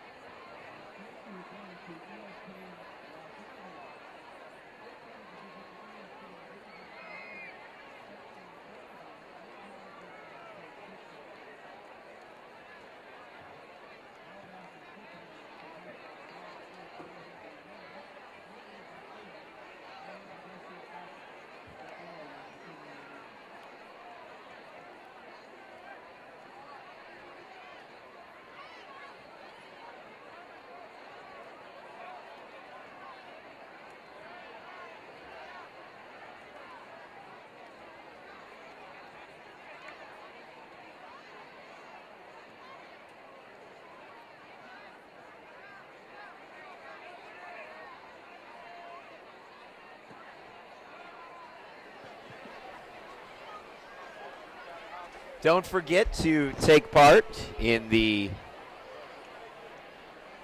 trivia here on the VCSPreps Game of the Week. What was the last time that Camarillo missed the playoffs? That is the question. I know Derry knows the answer. We will let all of you know the answer, and you can respond at VCSPreps on Twitter. Make sure to follow us. Well, where are we? I can't even remember what we've been doing before that Broadway musical we just saw. Again, quite a show. We had some pretty ridiculous sports cars rolling into. I think I saw a Bentley, a Lambo, a Ferrari. And lest we forget, guys, there's a football game to be played. It's like the Orange Bowl halftime show. You remember back in the 80s and 90s, Will, how there would be these unbelievable matchups in the Orange Bowl, especially in the 80s. You know, you'd have Miami and Nebraska, and you just have this half-hour blackout because, you know, there was a band on and some of the terrible pageantry they had. Not that this was not terrible. Hey, the Orange Bowl had some great halftime shows. It was awful. I love some of those shows. Oh, my gosh. It just completely detracts from the football. But finally, we get some to play. of the football was not great. That's true. We get to get back to the game now, Coach Cowan. Before we do, I might add, I was a little shocked to find a fresh taquero with carne asada, avocado, the whole 9 yards at halftime, and some kettle corn as well, so that went over well. Where were the tacos? They have a little taco cart next to the snack bar, fresh asada, the whole thing, radishes, everything. It's big time. I am amazed. You had a great halftime. What was I doing? Kettle corn, iced coffee. I'm ready to roll.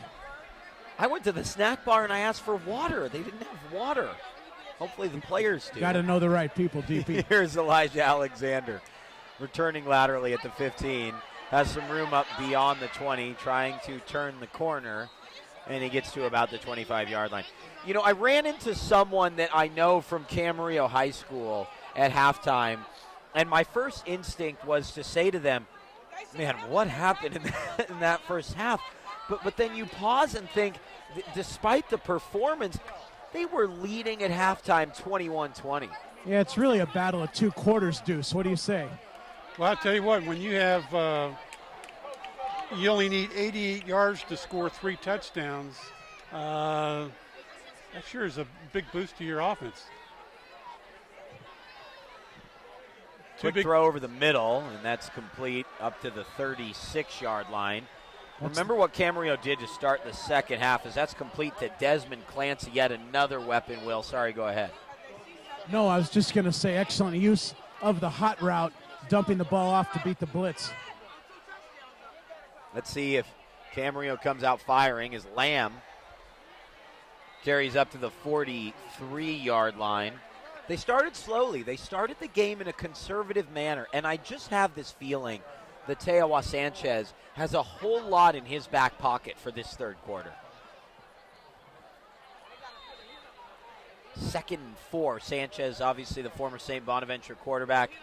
He was featured in Joe Curley's story last Friday night when Camarillo beat St. Bonnie 49-20. He's now the offensive coordinator. They'll fake the throw left. They will complete the screen. No, it'll be incomplete. Intended for Muscarella. He wanted a pass interference call. The Scorpion Cyclone on the far side of the field did as well. 3rd down and 4. There was definitely some contact.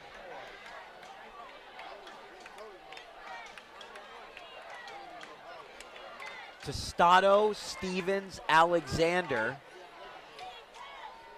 The 3 wide to the near side. Alexander in all pink, flanking his uniform as Constantine gets away, gets to the other side of midfield, and tiptoes out of bounds at the 41. 1st down, Camarillo. That's yet another way he can beat you. Well, that's their longest running play of the game. And now Camarillo going to the high tempo has Calabasas a bit off guard in the secondary. It's one of the things we talked about with this team is their versatility. Constantine looking to throw deep, backside pressure, barely gets it away, and it's picked off. Intercepted by Isaiah Hayes. Just what the Coyotes needed as they take over on their own 26-yard line. Camarillo's momentum slowed just I a was touch. kind of following the pass pattern there, guys. Was he pressured on the pass to force the ball short? It looked like he was just hit in the slightest of ways, Will, on his backside, and it just altered the trajectory in a minute manner. Makes sense. I got blocked out by the herd of people running in front of me to see the result of the play. Yeah, it was definitely, the backside pressure definitely affected the pass attempt. There are more people down on the field than there are in the stands. I think it's the overflow. I think the problem is the stands are full and all these people want to see the game. The stands are full from your point of view, right? Packed. I don't see an empty seat anywhere. They're standing along the back. The Scorpions there were people sitting on those Connex boxes across the field in the first half. It's just completely packed here. There's no room for anyone to maneuver as Hillman carries twice in a row. So Camarillo opens the first half focusing on the run, and now Calabasas is really doing the same. They'll rush to the line and probably try to run Hillman again. But Hillman can't get past the first wave of Scorpions. Lost a yard. And Calabasas will be forced to punt, so they come out with 3 straight runs, Will. Very, very interesting, and appearing to be going for it on 4th down. 4th down and 3, trailing by a point, 2 wide receivers each side. Hard count. And now Rick Clausen changing things up. Under center, Gebbia takes a snap. Hillman again, Nope. And Hillman's eaten up in the backfield. Wyatt Zambry.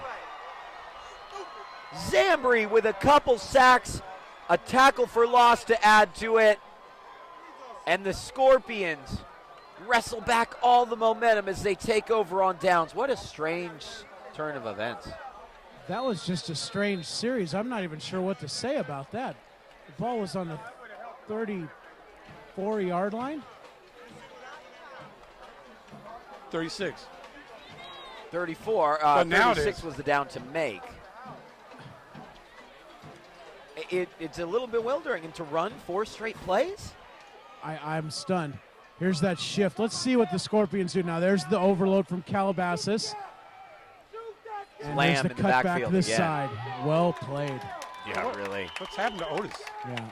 Calabasas did a nice job adjusting to that off-tackle power. We'll see what Camarillo has next up their sleeve. Isaiah Otis looks like he's shaking off a little bit of an injury. He's jogging in place at midfield at the 50-yard line. Helmet off. You can tell he wants to get back in the game. But at the moment, it's Aaron Lamb in the backfield. Lamb has a touchdown tonight. And now Otis is making his way back to the bench. Bit of a frustrated figure along that far side. 2nd and 10 for Constantine. After Alexander's motion, he goes the other way, back shoulder throw. Oh, to nice play. Tostado. The receiver came back for the ball. A design play, I think. And he's hurt. Did a great job to peel away from Darnay Holmes, and now Tostado is slow to get up on that side of the field. Constantine was looking weak side the whole way. He had a trips motion package to near your screen, and he knew he had that batch up from the whole entirety of that play. Camarillo does such a nice job of forcing the defense to focus to one side of the field and then going to the other. And they are not predictable from their formations. They are very well, they are self-scouted, and they know that they keep themselves very balanced. Ryan Muscarella checks in for the banged-up Tostado. And Camarillo has to take a timeout. Boy, it's just like the first half, they had an early timeout in the first few minutes. 10 minutes to 9, 20 minutes and 18 seconds to go in this game. A touchdown for Camarillo wouldn't be the worst thing for Calabasas. It would stretch their deficit by 7 more points, but they'd still only be down by a touchdown and a 2-point conversion. Right. Well, I'm just really surprised that they really didn't throw in their last series. You know, in their 3 touchdown drives, they had 5 plays where they had 24 yards or longer. Well, and they seem to be setting up the near side of the field, I should say the right side of the field, the short throws to Darnay Holmes to pull the defense in closer so that they can in turn stretch the field. But they haven't gone downfield at all since setting that up early on. 1st and 10 from the 19. Fake the pitch, give to Lamb. And Lamb barrels his way down inside the 15-yard line. That's a 6-yard gain. You know, I hope you got a chance to tune in for that halftime show, but it was funny. You might have missed part of the broadcast. As I went through the crowd, literally every member of the crowd under the age of 25 was on social media sending across video of what was going on. And I think that swell of bandwidth took away some of our bandwidth. So sorry if we lost you there, but it was pretty unbelievable to see on the technical side what happened to our connection during that halftime show. Here's Constantine. He dumps off to Bash, and Bash only gets a couple. Was that you on Snapchat, Will, taking up all that bandwidth? No, I couldn't even post a picture on Twitter. There's so many people in here on the Right. social media. Exactly. Can we get a bigger cell tower maybe? 21-17. Westlake leads Newberry Park in the third quarter. Ventura's going to move to 2-0. They're up 42-0 on San Marcos, partially because Brock Mortenson's back. He has 4 touchdowns on the night. Oxnard 16, Channel Island 7. Grace Brethren 13, Pasadena Poly nothing. So kind of the highlights what of the a night. catch. Great grab from Muscarella. He really dazzled against Ventura. He's been quiet tonight. 1st and goal, Scorpions inside the 5.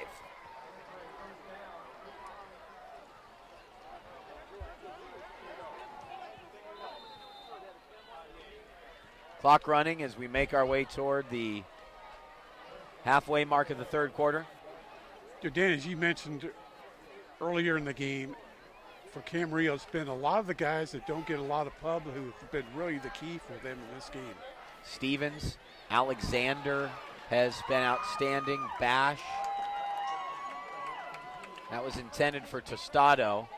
That throw was a little bit behind him. Here's a defensive star coming on offensively for Tostado, likely as an extra blocker. That's number 43. We've called his name all night, Coach Cowan, Wyatt Zambri. Yes, very, very effective. No question about it. 3 tight end alignment now for the Scorpions. Again, the back is Lamb. Play fake. Constantine rolling. He wants to throw to Zambri. Loops it toward the back corner, and it's just beyond the reach of the intended target, the defensive lineman. It's very critical here on 3rd down that Constantine takes care of the ball. A field goal, very, very important here to push this to a 4-point game moving forward. So you've got to be careful with your package and your protection on 3rd down. Tostado checks back in. Probably a good idea. Remember, the thing that enabled this Camarillo team to take that 21-20 lead, I'll get to this point after this play. They fumble the snap. Constantine with time drops back, up for Tostado. One-handed catch. He hauls it down, but he's out of bounds. Great call from the refs. Calabasas got lucky there. Tostado was uncovered at the snap. But the poor snap from center, Constantine really had to kind of grab for it. Well, it really leads into what my point was going to be, is that Camarillo fumbled twice in 3 plays in Calabasas territory, recovered the ball on both occasions. They do for a 3rd time there. Interesting decision here. Wow, you would think they'd go for the field goal. Jack Willard and Tewa Sanchez rolling the dice on 4th and 5 from the 5. Play fake. Looking to throw back to the opposite side of the field. Now dips it in to number 83, Desmond Clancy. Constantine looked wide to Tostado and then threw right back across the middle to Clancy. Touchdown, Camarillo. For the 2nd time tonight, Danny, you've seen a play-action pass designed to the right. Constantine flushed to his left, and those receivers, Coach Sanchez has them so well trained to keep working back to the ball. It has been impressive. Again, one of the key plays in this game was that catch on 4th and 12 from Aaron Lamb. And now this huge catch on 4th and 5 from Desmond Clancy. And it just goes to show you, if you can have your 6th and 7th leading receivers, as that PAT is no good, as you can have your lower receivers make huge 4th down catches, you have such an incredible amount of confidence in the ability to call those plays on 4th down.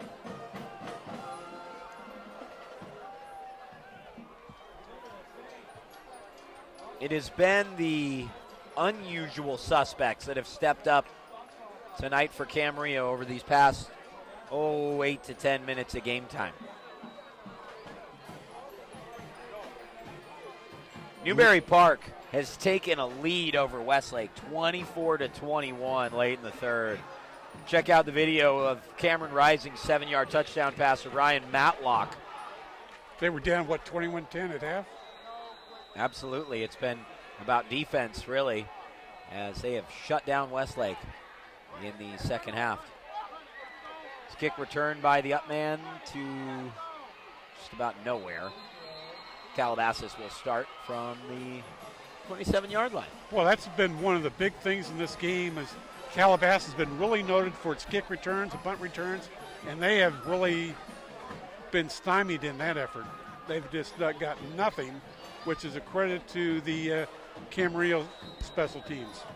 The Scorpion Pooch kick had excellent height, allowing that coverage unit to swarm, wrap up, and make the tackle. Will, it seems like Calabasas has 2 return men deep, so why not move one of your talented return men into the up back spot? It's funny you mentioned that. Back when I was coaching, Ronnie Jenkins moved from the deep spot to the up back, and we still managed to pooch it right to him for a touchdown. Exactly. The Deuce remembers the play. Gebbia runs for 9 yards. You remember the play he's talking about? That was before I got here, Will. Okay, got it. That would have been Mr. Parker's time period. Anyway, he was the national leading rusher at the time as the deep man moved up to about the 30 in front of me, and we kicked it right to him. Here's another run. It's Hillman again. He's carried 5 times this half after carrying 0 times in the opening, 20 minutes? All runs this quarter for Calabasas. Do you wonder if there's an issue with Gebbia and his ability to throw the ball? Maybe we'll find out here on first down. He's got 3 wide to the near side. Soft throw for Gebbia. Whoa, nice play. Complete for no gain. Minus. Colin Kirksey hits Josh Madison, who loses a yard. 2nd and 11. Nice read by Kirksey. He was banged up in the first quarter, had to leave the game. Made his way back in, makes a nice play there. Play fake to Hillman. Gebbia stretching the field. Hightower, he hauls it down inside the 20. Brian Hightower wins that jump ball against Tosado. Go ahead, Will. Sorry. Yes, sir. No hesitation from Coach Clausen. Right back to the one-on-one matchup that he likes with Big Hightower. Excellent execution in the vertical passing game. 4 wide to the far side, including Hillman. Gebbia looks the other way to Hightower. Caught! Touchdown, Calabasas. Hightower's 2nd on the night. PAT to tie the game. Yeah, interesting there, Danny. Remember in the first quarter we were discussing the slant and what the next options were if it wasn't there? Sure. You just saw it with the fake and go. All it takes is one false step from the defensive back, a nice pump fake, ball's in the air for a touchdown. Excellent execution from the Coyotes. Well, Calabasas, sorry. Go ahead, dude. That really didn't take very long. Is that yet another missed kick? Yes, it is. That PAT is no good, and it's 27-26, Camarillo in front. 3 in total on the night have been missed. Something tells me there's going to be some 2-point plays coming late, Deuce. What do you say? I would say almost immediately. Oh, man. Camarillo leads by a point. And you know what? I'll tell you this. It's a position that obviously I've never been in as a head coach. But if Camarillo were to take at some point if they were to score a touchdown and take a 7-point lead, instead of kicking that PAT, especially later in the game, I'd think about going for 2 and extending it out to a 9-point lead. Just a thought. I think it's a good thought, Danny. I'm always a fan of that, maybe trying to extend the game to 2 scores. I would think they'd go for 1. Here's Muscarella beyond the 40, still on his feet. We've made so much about Holmes as a return man, but Muscarella is really a talented return man as well. And Camarillo takes over with great field position again. Let's go back to it, Derry. The length of Camarillo's scoring drives, all less than 40 yards. Yep, all 4. Total of 124 yards for 4 touchdowns. You just can't give a unbeaten and top-ranked team the ball inside the 40-yard line on 4+ occasions. They will make you pay. Camarillo hasn't been dynamic tonight, not as dynamic, but they've been effective when they needed to be. Give credit to Calabasas' defense has really played well. Showing you again that push up front, loss of yardage.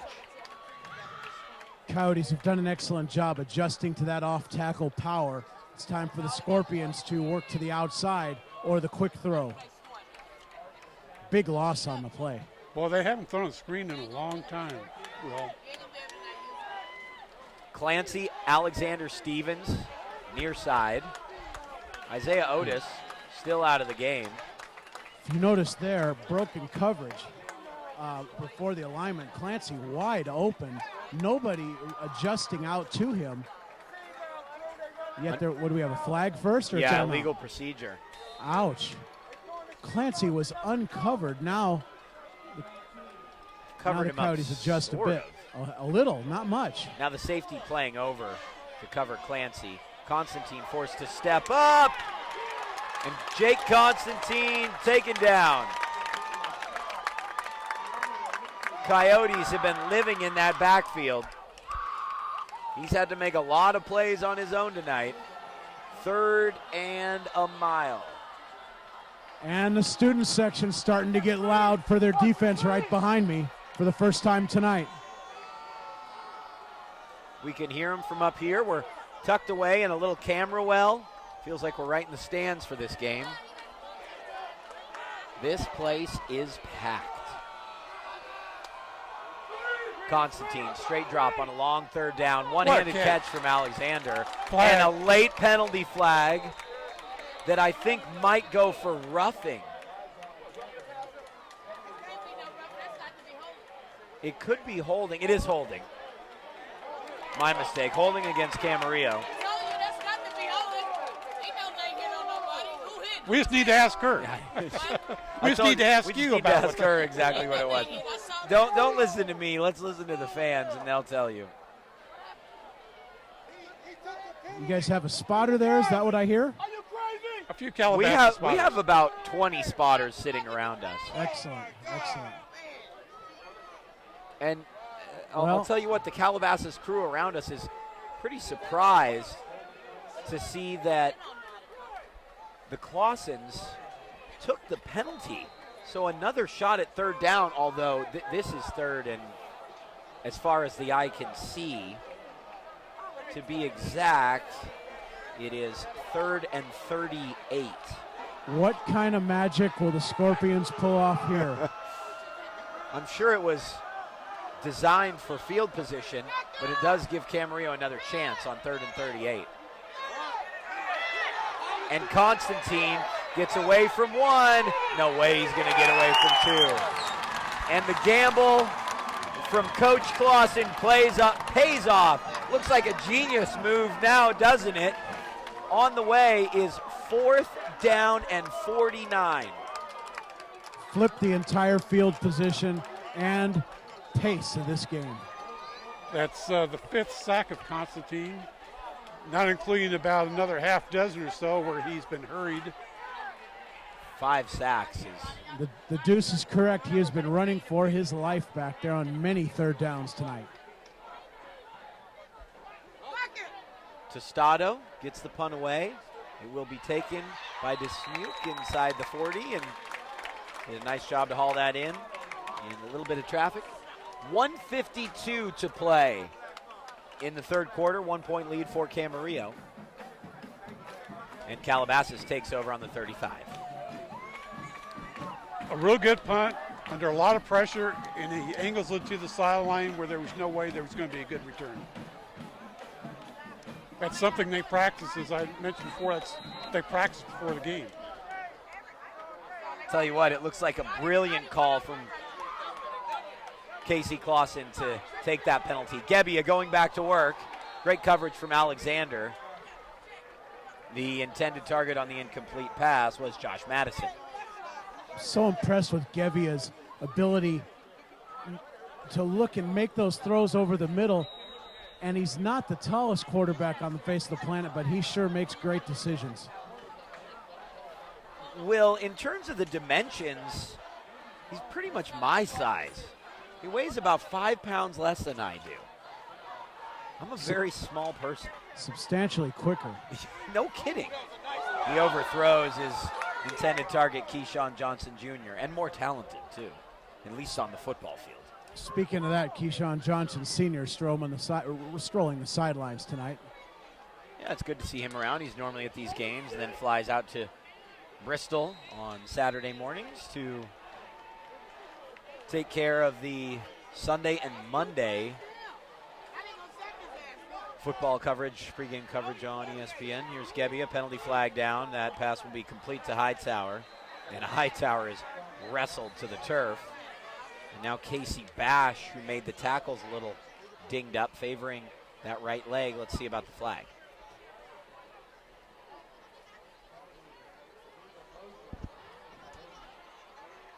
I will say this, Will. I think they've done a slightly better job of making some space for you down there. Doesn't seem as bad as it was. No, I think a lot of that was maybe halftime folks who are waiting down here a little early. Plus, it helps when the ball's going the other direction. It'll tighten up again as the quarter flips. Still, another penalty where the officials are having a big discussion on what to do. It's taking a lot of time. Brian Faley, a veteran official at the white hat position tonight. You never know, though, with these crews, especially when you work down south, some of these guys may have never worked together, and that timing and that continuity is so important in a big game. 4th and 10. Calabasas punting. And this punt will be down by Hillman on the 4-yard line. Long field in front of Camarillo. They'd probably like to just pick up a couple of first downs and flip the field with 1 minute and 9 seconds left in the quarter. We will be giving you the answer to the trivia question. When was the last time Camarillo missed the playoffs? 94, 97, 2005, or 2009? Just tweet us now at VCSPreps. Are you sure you don't make these questions? No, Joe Curley. Joe Curley makes all the trivia questions. Royal on top of Oak Park 27-7. Westlake's jumped in front of Newberry Park. And that play was blown dead before it got started. Illegal procedure. Camarillo will move back to the 2.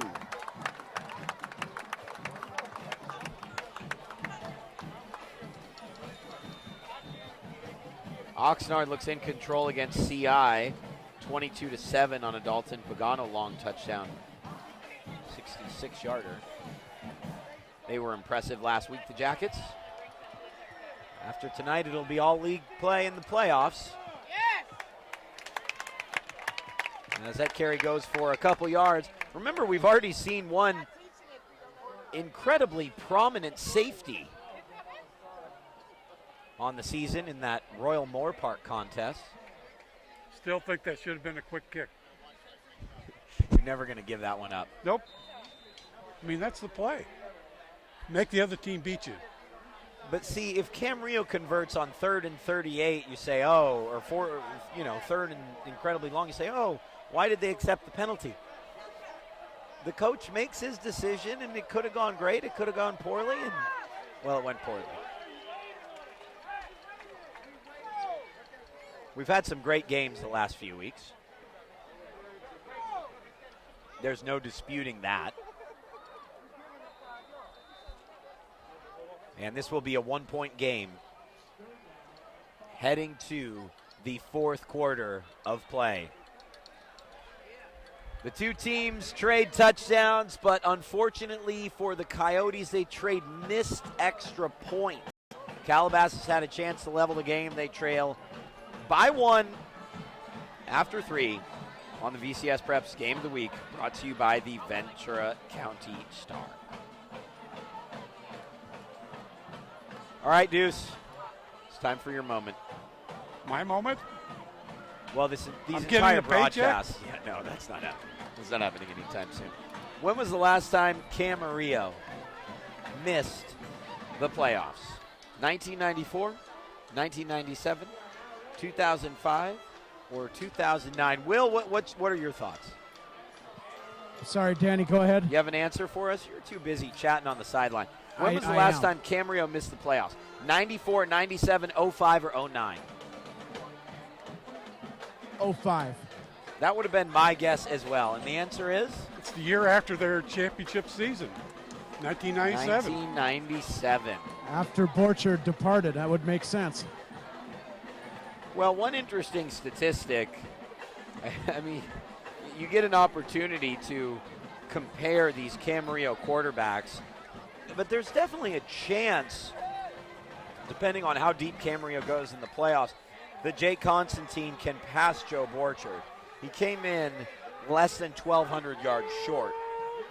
And I think if they play all the way to a section final, then he's pretty much guaranteed to.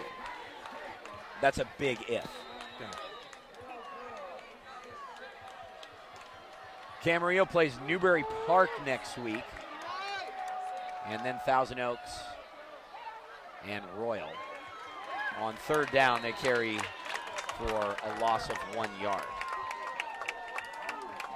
I just look at this game, and I think that we'll see what happens over the next 9 minutes, but I think there will be about 1.5 to 2.5 minutes left in this game, and one of the quarterbacks is going to have an opportunity to win it. No question. Both teams are just battling this out right now. Calabasas again looking for excellent field position. The Scorpions confused in their personnel.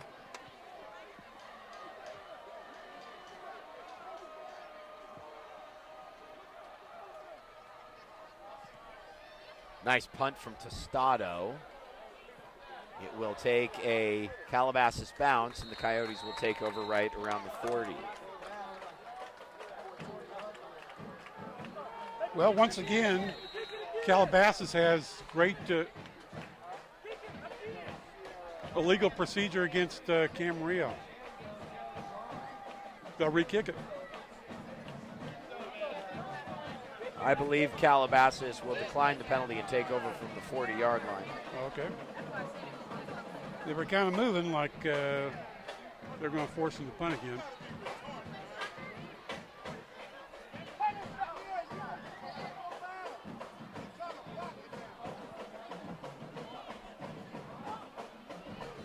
What do they have up their sleeve? Home run to Hightower. That's a good play. Slant right to Brown with one-on-one coverage right here. No safety deep. Or now just there a is. sprint draw to Hillman. It's one of those three plays, I think really. they got to throw long. Let's really jump right on top of them. They'll fake the draw. then complete it to Keyshawn. No, it's incomplete. You know, that play, I will share this, that growing up a USC fan, Keyshawn Johnson was really my first big football hero, and I was 12 years old. I was 11. I went to that Rose Bowl in 1996. I haven't missed a USC Rose Bowl since. And there was a play where Keyshawn caught the pass against that famous Northwestern team right at about that spot of the field and ran for a touchdown. Unfortunately, that one's incomplete, and that one was nearly intercepted. And nearly caught, too. He dropped it. Holmes just couldn't haul it down. A nice play defensively by Brett Herron. And everyone will talk about, hear everyone talk about Keyshawn in the NFL, but I remember that team that beat Northwestern in the Rose Bowl, number 3 Northwestern, 41-32. Pretty memorable stuff. As this is complete to Darnay Holmes, 4th down and 4. What do you do here, Will? At this point, I'd punt the ball. Pin the Scorpions deep and play defense. It's a possession football game at this point. Well, that's not happening. Not even a second thought. Empty formation, no backs. We didn't even think about it. Here we go. Not even a second thought. Check with me on the sideline. One of the fans around me just said, "Where's the punter?" This ball might be going down the seam. You got a wide 2-deep zone from the Scorpions. There it is. That is incomplete. Well played again. In and out of the hands of Josh Madison. That is a big stop for Camarillo. Tell you what, Calabasas threw for 162 yards in the first quarter and has thrown for only 133 yards since. Wow. And we've seen that from them. They're a streaky football team in a lot of ways.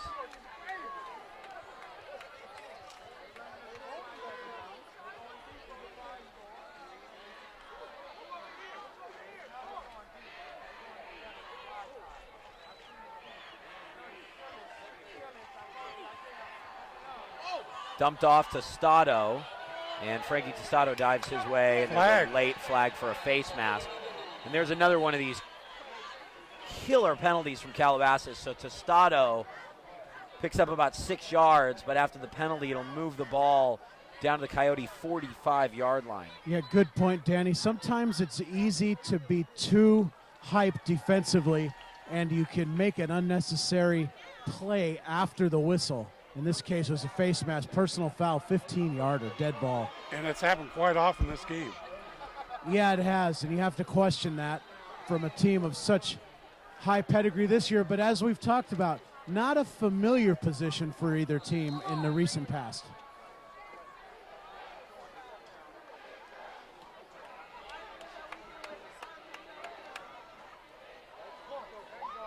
Inside of 10 minutes to play, Camarillo's going to take their time. Tell you what, Camarillo's made some pretty amazing catches. And again, it just hasn't been the players that you think are going to be the ones making these incredible plays. It's been a lot of the unusual suspects that have been the stars tonight. How about a shout out to Stephanie, who answered that question correctly. At NiniHead56. And you gotta love her quote, by the way, on her Twitter account. It says, "Just be happy, be yourself, love yourself. If you can dream it, do it." I think that's certainly something that these two football programs have lived by. As Camarillo picks up a first down to the 35. We'll have more trivia for you next week, by the way, on the Game of the Week. Constantine, lots of time this time. Everybody's covered. Flares it out to the far sideline. And Alexander's dragged down out of bounds right near the line of scrimmage. Constantine's really settled in here in the second half, in my opinion. His ball security's better, and he's just playing a little more fluidly than what best I can tell on this drive. The number of times that he's dropped back to throw, though, Will, how many times has he really had enough time to get the ball out? Probably 30%. I would have said the same thing. I would have said less than half. Alexander with a soft motion to the far side now works his way back in, and now Jake stretching the field to Elijah Alexander. Alexander working laterally is taken down at the 17-yard line. And Camarillo's in business. I'm going to bring up this scenario again. If they score and take a 7-point lead, would you consider going for 2 to make it 9? It could change the complexion of the entire game.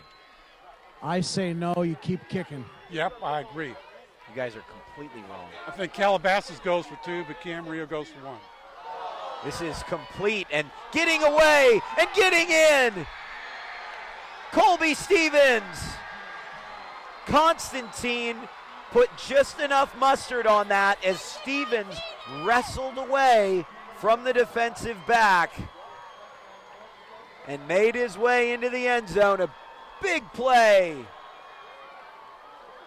from this emerging star. And Constantine and Camarillo are in front by 7. I've got Constantine as 10 of 13 this half. Yeah, he's really settled in. Elijah Alexander, not only is he a spark offensively, but he has been very solid at that safety position. And no one listens to my thoughts as the PAT is up and through. That's because they're making the correct decision. That's 34-26. But what if it was a 9-point game? Calabasas would have a lot of ground to make. The problem is if it would have been a 7, then Calabasas would have gone for 2 and win by 1. Yeah, Danny, the other problem with your theory is Calabasas is high octane. 8 minutes, that could be 3 drives for them. True. It's more a scenario if there's, say, 4 minutes left in the game. Yeah, I always say you keep kicking to the last 4 or 5 minutes. Well, how about I try it on Madden, and I'll let you know if it works. Yeah, let us know how that works. I'll be at work tomorrow, 8 a.m. Yeah, right. We'll keep you posted. I'll text you from my sofa. Some great college football games tomorrow. I'm excited about that Michigan State matchup. Yeah, we'll see. Michigan State's really struggled as Calabasas takes this from the 5-yard line. Boy, this is supposed to be a rebuilding year for Michigan, and Harbaugh has done a great job with that program. Well, as soon as Harbaugh comes into teams, he has this unbelievable spark that he brings. Now, that said, after a few years, players seem to tire of his ways a little bit. We'll see what they do against Michigan State. That's all true, but he is a phenomenal offensive football coach. He knows how to run the ball, and he knows how to score points. Still didn't win a Super Bowl. See what San Francisco's done this year. Yeah, gosh, they're terrible. Stanford's all right, though. Stanford is very good. Impressive win last night. Here's Gebbia stretching the field. Hightower! Oh, and Tostado's the player who ended up getting a paw on it. Tried to haul in a one-handed interception. He's thrown a little bit outside for Hightower. Nickel package in the game for the Scorps, playing with 5 defensive backs. Probably a wise decision. You know, we saw Darnay Holmes play a big part in Newbury Park's blowout win over Camarillo last year. I'm surprised they're not trying to stretch the field with Darnay Holmes. Oh, just short passes is all they've done with him.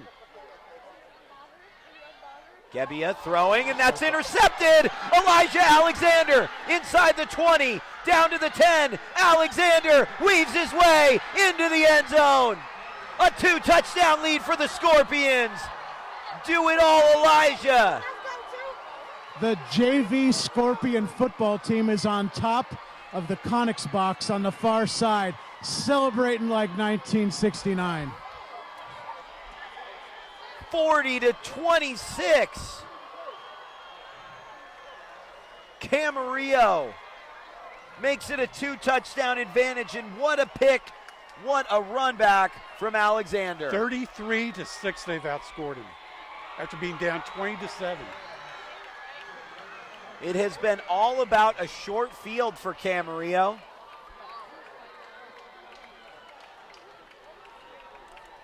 And now the Scorpions will look to make it a 15-point edge. Or 3 turnovers by Calabasas then turned into 21 points.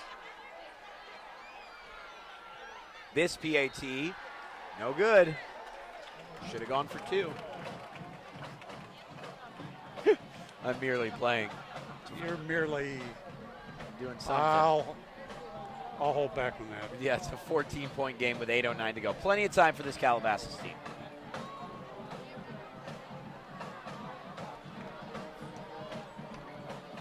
Will, where do you go here if you're the Coyotes? Well, what you can't do is try to get it all back in one play, Danny. If I'm the Coyotes, I go back to the intermediate passing game and just try to go. You just have to go on a scoring drive. The key right now is to get a touchdown and not necessarily the home run. Coach Willard with that dime package, they're going to sit back in quarters coverage and keep the ball in front of them for the remainder of the game.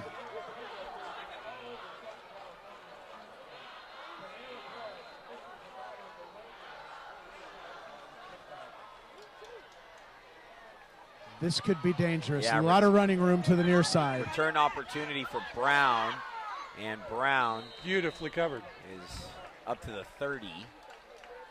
The question I have, you say go back to that intermediate passing game. Why did they ever leave it? Well, a lot of the times, you know, especially younger coaching staffs, you get a couple of those home runs and it tastes good, but it's kind of like Pat Riley would say, a little bit of fool's gold at times. You got to stick to what got you there originally. And so then they start the second half trying to run the ball without any success, and found themselves in a hole. That was incredibly odd, that sequence. And it might come back to hurt him, as that pass is complete, a 9-yard gain to Keyshawn Jr. Ruled down by the official right on top of it. Ball came out late. But there you go. Intermediate pass, first down. Now you got a 2nd and 1. Now's your time to take advantage of maybe a one-on-one matchup here in the slot. Instead, they'll throw it to Keyshawn Johnson Jr. again, and he works his way to the 49-yard line. I still, what we've seen begs the question, where is Darnay Holmes? This was a player who, as a sophomore, was the most electrifying player in the region. Well, he took out the defense by going out. He opened up the hole for Keyshawn to catch it. 3-man rush set here for the Scorpions with basically 8 players playing the coverage. A nice call checking to the run. The Scorpions are handling the run with 5 defenders, Danny. 5 players committed to the run, and they're still making the play for a minimal gain. Bronson Smith, Joseph Hunt joining Wyatt Zambri on that defensive line. That trio has been dialed in tonight. Approaching the halfway point. Another quick throw. Here's that intermediate passing game. It's Keyshawn Johnson Jr., number 3, has 3 catches on this drive.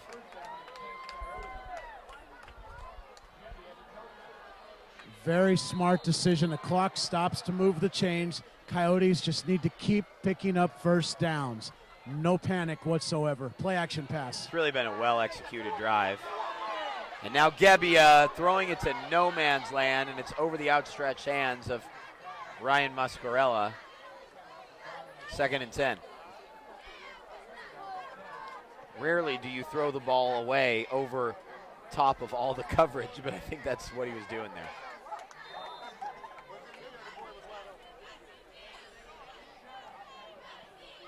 Second and 10 from the 40. Holmes will be to the near side with Cade Cordasco and Keyshawn Johnson Jr. Hightower to the far side. Hillman in the backfield. Now they back off of Holmes. And a long drop. Gebbia throwing for Darnay Holmes inside the 10. Holmes goes up for it. He just can't haul it down. It would have been a difficult catch to make. If there's someone in the region who can make it, it's Darnay Holmes. And the ball just bounces off of his chest, and it's an exciting incomplete pass is all. Pretty tough coverage there from number 40, Cato Parker, on the play. he ran with them pretty good and just enough to distract Holmes from making the play. What's the mindset here? Do you throw another intermediate pass, pick up 6 or 7? Yes, sir. It's 2 down territory, no question. Like a false start from the slot receiver. They'll throw to him. Keyshawn Johnson Jr. What a big drive from the junior. 4 grabs on the most important sequence of the night for Calabasas.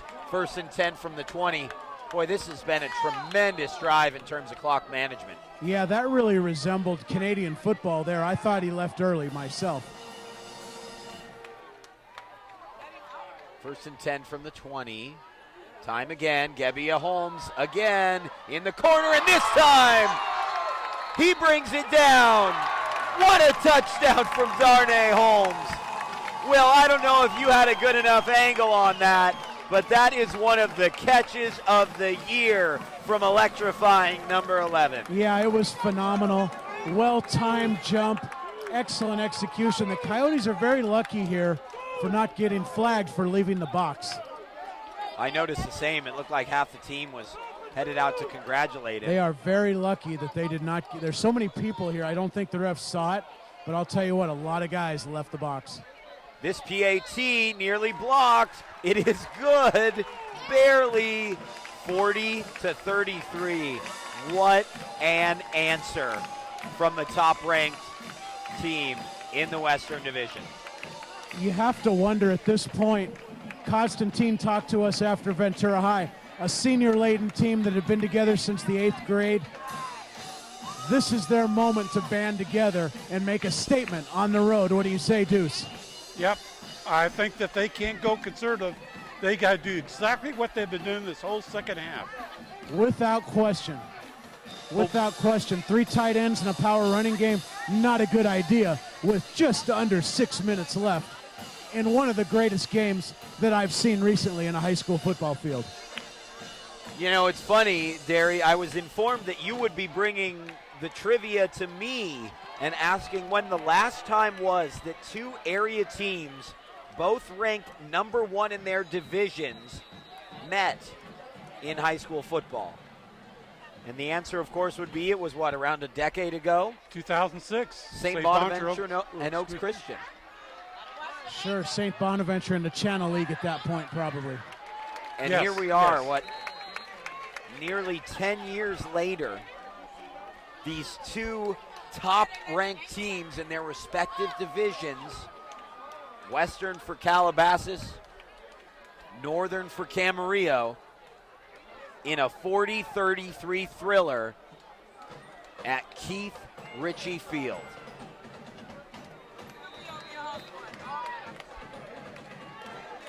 My name is Danny Page. With me to do Derry Eads. Down on the sideline, Will Cowan. Our producer is Anthony Placencia. And this is the VCSPreps Game of the Week, brought to you by the Ventura County Star. Well, Jake has got a hot hand. He's 10 of 13 this half. Keep going, buddy. But when Calabasas hasn't gotten in their own way, they've been able to slow down Camarillo. Here's a carry from Lamb. And Lamb tossed to the turf. No gain. Just like I said, 3 tight ends and an inside run. Just what the doctor ordered. Yeah, boy. I'm with you, Deuce. Boy, you just can't play conservative. There's just Calabasas can score on one play. You've got to think a score. Now Calabasas having to get an extra defensive player in there. They do have only 11 on the field. Let's see what Constantine can do with this confusion. 8 in the box. Motion man, Stevens, Lamb on the give. Nothing doing. 3rd and 10 on the way. I don't understand it. As you said, he's completing more than 75% of his passes in this half. And Camarillo goes back to the run. Isaiah Otis on the sideline throughout this entire second half. Coyotes stand shaking. Yes, they are going crazy, Danny. I was just alluding to that. 3rd and 8 after a short gain. Can Constantine silence this crowd? Dumps it off to Bash. Bash won't get near the first down. Scorpions forced to punt.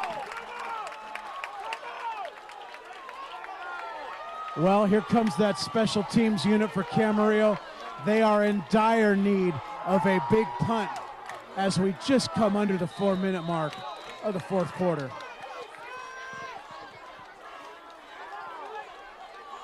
He's got a touchdown pass tonight. He's had a huge interception. He's had some really important punts. Frankie Tostado will kick away with 3:40 to go, and it's another good kick. Fair catch called for and taken at the 33-yard line. Well, we kind of drew up the last two drives up here in the booth, guys. We picked out exactly what Calabasas needed to do to put together a scoring drive. We then went and said exactly what Camarillo shouldn't do if they were to pick up a couple first downs. Both pieces of analysis proved true. What does Calabasas do here now? They just do what they did last series.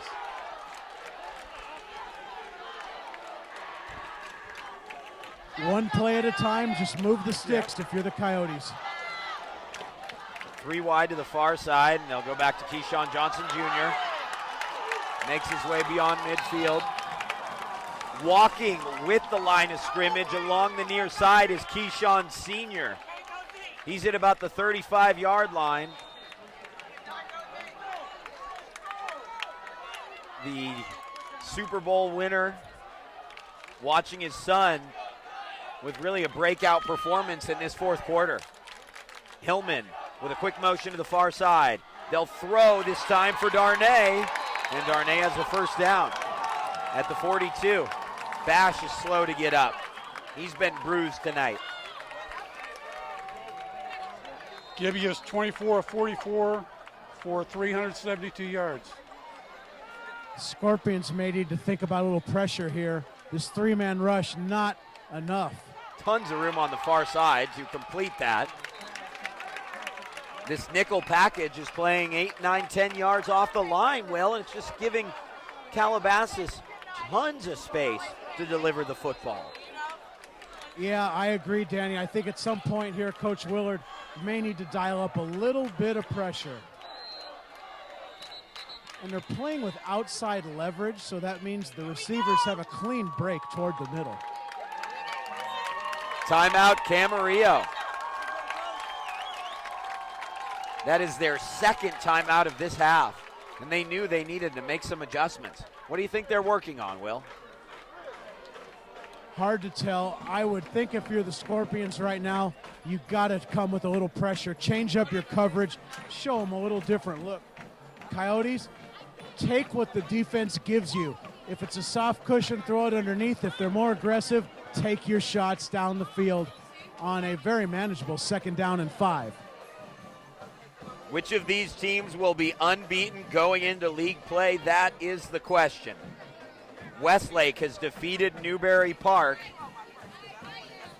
but will their opponents next week, Newberry Park, will their opponents be unbeaten? They take on Camarillo. 2:39 on the clock, 2nd and 5, Danny. This is a big play right here. And you don't want to leave Constantine too much time as well. Only one timeout for Cam, though. 2nd down and 4. Out of the timeout. Gebbia stretching to Darnay Holmes. Darnay does it again! Touchdown, Calabasas! And now we should see that sideline warning, Will. Some sort of penalty for celebration and a deeper PAT attempt. I looked for it that time, although a catch like that deserves a wild celebration. They're going for it. They are going for 2. Coach Clausen calling for the offense.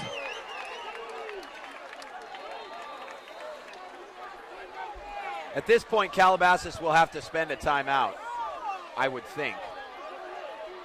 They're still trying to get personnel out on the field.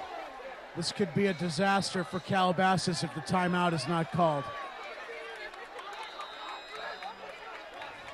It's a good decision to take the timeout. What do you think about kicking the PAT here? Is the biggest concern that if you miss the PAT and lose the game on a PAT, it would just be devastating? I personally just want to see this game go to overtime.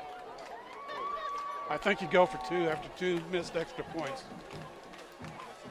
Will, what do you do in this situation? Well, pretty amazing catch from Holmes. Got away with a little push-off, but phenomenal route. If I'm going to go for 2 here, you got to put Johnson and Holmes in a 2-man route, probably a little half roll, and get the ball in one of their hands. Those are the 2 primary targets. I could see Coach Clausen talking right now about how to shake and get loose against that man-to-man defense. Well, you got to think that there's going to be an underneath throw, 2 guys to the right side, I would think. With maybe a pick catching route. it. Yeah. Maybe a pick route here. You got Johnson and Holmes right here. They're both set to the near side. 3 wide to the far side. Darnay goes inside and Keyshawn goes outside. Calabasas trailing by 1, and Camarillo just gave them an extra 1.5 yards. We'll see if that changes the play call at all. I think it's the same Changing the personnel. They're bringing in a 2 tight bigger ends. lineup. 2 tight ends in, couple receivers out.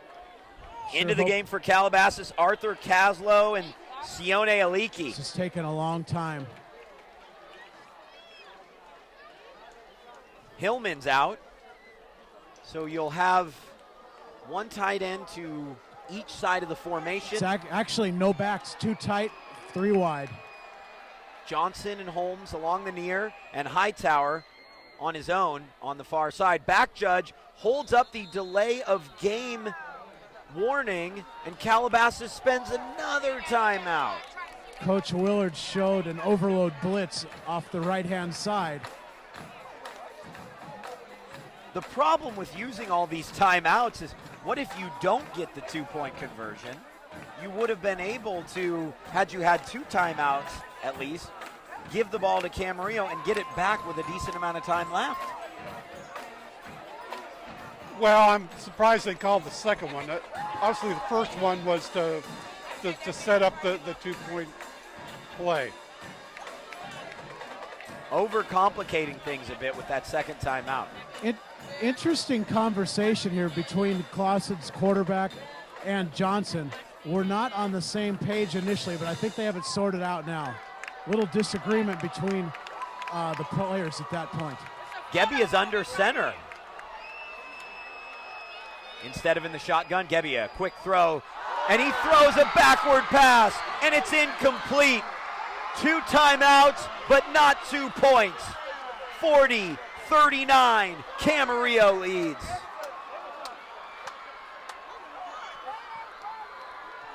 If you're going to take that much time to prepare a 2-point play, you got to convert. Well, I'm surprised they throw a backward pass like that. You know, Camarillo's been able to, even if he catches it, Camarillo's been so good at coming up and making tackles right at the line of scrimmage on the receivers. That has been a strength. And now will Calabasas attempt the onside kick? You have to think so. Yeah, they have to, not with no more timeouts left. It says on the board that they have 2 timeouts left. That can't be right. I believe they only have 1. Unless Camarillo used that second timeout. Let's see. They do kick away to the Scorpions. Alexander has to go back and get it. He can't see the ball. It fortuitously bounces into the end zone. Yeah, I think the timeouts are incorrect on the scoreboard. The second timeout, Will, was taken by Calabasas, was it not? Yes, the question is, it was the first timeout, and it obviously was as well. The board is wrong. They got to get that corrected. So Camarillo takes over on the 20-yard line. It's all about running the football now, which they struggled to do on their last drive. I'll point it out again for Calabasas. You have to avoid any unnecessary penalties. Camarillo will work from the eye. 2 minutes, 29 seconds to go. Penalty flag down. And it's delay of game? Delay of game penalty against Camarillo. You have to shake your head at that coming off the kickoff. Well, I think they didn't get the right personnel on the field. They struggled with that. Both teams have. Bit more of an uphill battle now.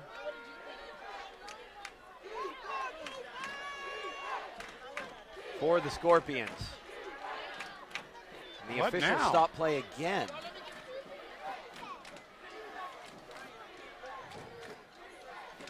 This is bizarre. And I think a player has got a blood on his left arm. You see that, Will?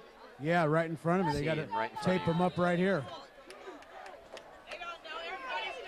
That is Alex Stevenson, the senior middle linebacker. It's not gushing. It's a little scab. On 1st and 15, Lamb losing yardage. And Calabasas takes a timeout. Again, the scoreboard within the stadium says that Calabasas has 2 timeouts. It'll say 1 timeout. I believe they're out of timeouts, and Camarillo should have 1 based on what took place during that 2-point conversion stretch. I agree. Right? I agree. I'm baffled at this. Now, the officials obviously know how many timeouts the teams have. In fact, the scorer hasn't even removed that timeout. Calabasas should have 0 timeouts, I believe.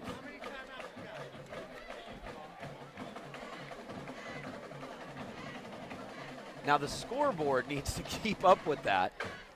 You hope that the coaching staff at Calabasas has a good idea of where they stand. Well, I think the official went over there and told Clausen during that timeout exactly how many he had left, if indeed he has any. There will still be time for Gebbia if they can prevent Camarillo from getting a first down. I wouldn't put it past the Scorpions to run some kind of play action and gamble on 2nd or 3rd down to try and get the first. It is 2nd and long, though. Constantine with 2 wide to each side. He gives it to Colby Stevens. Moves the ball about 3 yards. Timeout number 4 appears to have just been called. I don't know quite what the officials are thinking here. They're granting the timeout. That is their 4th timeout of the half. Not quite sure how that could happen. The only way that's possible is if Camarillo took the 2nd timeout of the 2-point conversion sequence. There's no way. They called both. They've called all 4 of them right in front of me. This could be a gargantuan error if, in fact, well, the officials have that. They know how many timeouts have been called.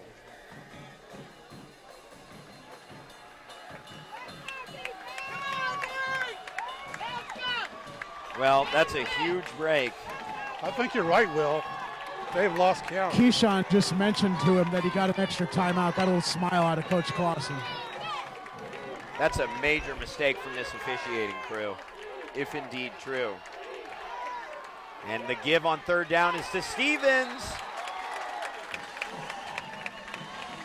And Camarillo will be forced to punt from the 23.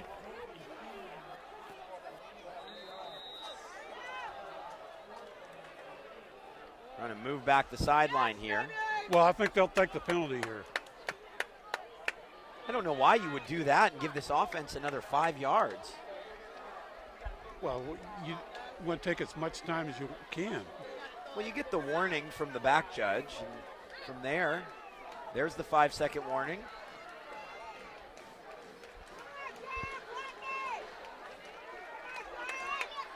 And they will take the penalty. There you go. Have it your way. What do I know? 1 minute and 28 seconds left. All Calabasas needs is a field goal, although I'm not sure that they're going to trot out the kicker at any point.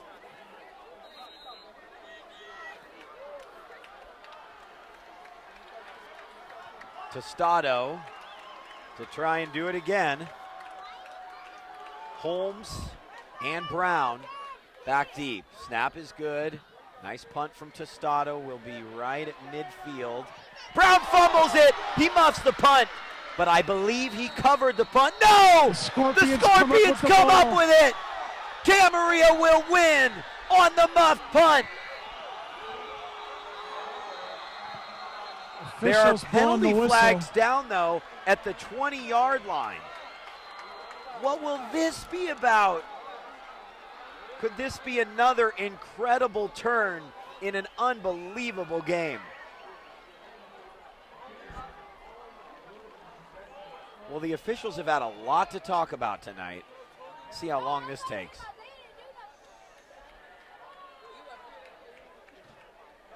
I've seen more sideline warnings without one called tonight than I have in my entire life. I've never seen as many long discussions by officials. It's almost 10 o'clock. This is going to be almost a 3-hour game.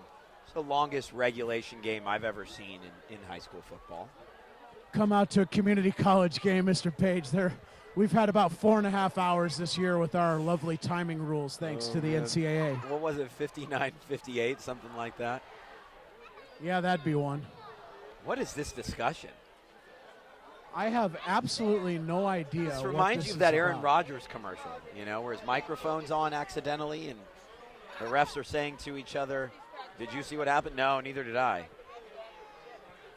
And I hate to really bash an officiating crew, but if indeed 4 timeouts were awarded. Well, from what I'm hearing down on the field, Camarillo simultaneously asked for a timeout on the first crack at the extra point. There you go. And if that's the case, then it would have been adjudicated properly. But I clearly saw Clausen calling the timeout, but that doesn't mean that Willard didn't beat him to the punch. That must be it. You got to give Here comes the decision. The benefit of the doubt. And here's the all-important call. Looks like they're picking up. It's got to go back to there. Personal foul against Calabasas. Holding against Calabasas. Both penalties decline. First down, Camarillo. They are 2 snaps and 2 kneels away from surviving this absolute thriller. Well, Calabasas has made 4 turnovers, and all 4 have been crucial. Set up 3 touchdowns, and then this last one to ended the set game. Yeah. Not to mention that fumbled potential punt return, or that fumbled punt return.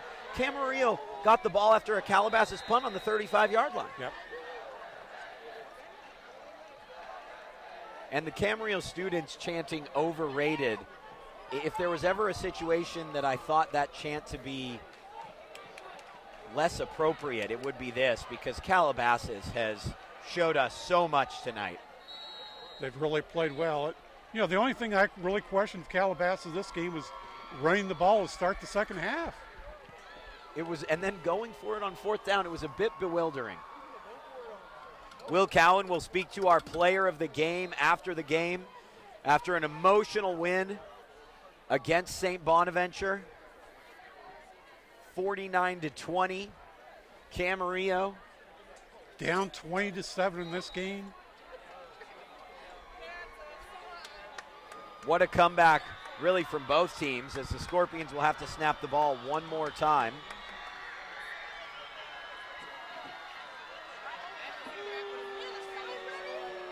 I believe. The officials just decide not to just to call the game. Clock running inside of 30 seconds. I hope they did that with Lauren Ledeen in mind. Don't forget to pick up a copy of tomorrow's Ventura County Star for a complete recap of what was a tremendous game between two number one teams. The final seconds tick away, and the Camarillo Scorpions survive to beat Calabasas 40-39 in a battle of the unbeatens. Camarillo moves to 7-0 on the year. They will retain their number one ranking in the Northern Division. Calabasas falls to 6-1 and will likely be considerable favorites to win the Western Division. What a night, Derry. And I'll tell you what, the other thing too is, should both teams win section championships, this could be the tiebreaker. They are in the same division for the state playoffs. And thus, this could be what determines who goes in. Now, that said, a lot of games to be there's played. A possibility, Derry, that they could also play one another. They could, because two teams go. That would be interesting. Will Callan is down on the field with our player of the game, Elijah Alexander, right around the 40-yard line. He did absolutely everything in the win tonight. Let's toss it down to Will. Right here with Elijah Alexander. We're actually going to move a little closer to the 35, give Calabasas some space.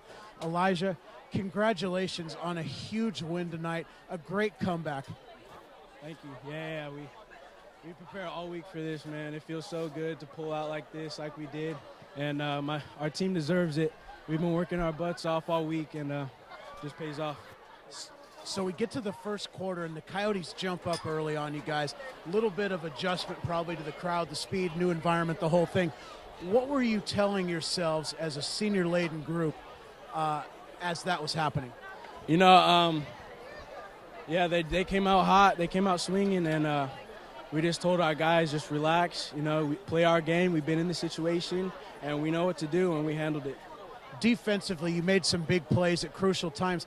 It looked like early you guys were going with a little more pressure, and as the game moved on, a little more conservative, trying to keep them in front of you. How did that work out?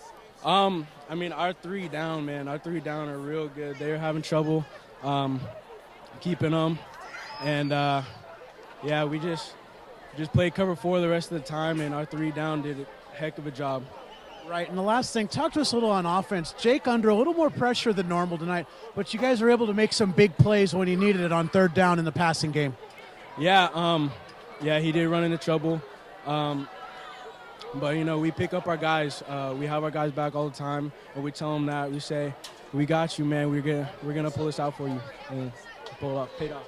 Last thing for me as an old coach, when Jake scrambles, how hard did Coach Sanchez work with you on coming back and working with him on those scrambles to pick up those big conversions? We work on it every day in practice. Our scout team gives us a good look, and when he scrambles around, we just know what to do, and we get it done. Well, it was excellent, and again, since we last saw you against Ventura, historic win against St. Bonaventure last week, another one this week. Best of luck the rest of the season to all of you. Thank you, sir. Thank you. Appreciate it. No problem. Have a great night. What a tremendous game. We have to thank Will Cowan for all of his work down on the sideline. Thanks to you, Deuce. It's one of the best contests we've had in the 5 years of doing the VCSPreps Game of the Week. It sure is, Danny. What a lot of excitement. It just, it got to the second half, and it was just a kind of an ebb and flow of teams trying to really stretch themselves to kind of put points on the board. And it came down to Calabasas just made too many turnovers to win the game. And they made a crushing turnover at the very end of the game. Camarillo comes from 22-7 down.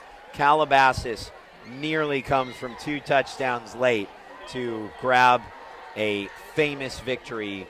But it's the Scorpions that outlast the Coyotes, a 40-39 thriller in the first game in 9 years between 2 top-ranked teams in their division in the region. Camarillo 40, Calabasas 39. What a night. We'll have a full highlight package for you tomorrow on the VCSPreps post-game extra. Pleasure to have you with us. For our producer, Anthony Placencia, Will Cowan on the sideline, the Deuce Dare Eads. My name is Danny Page. Good night.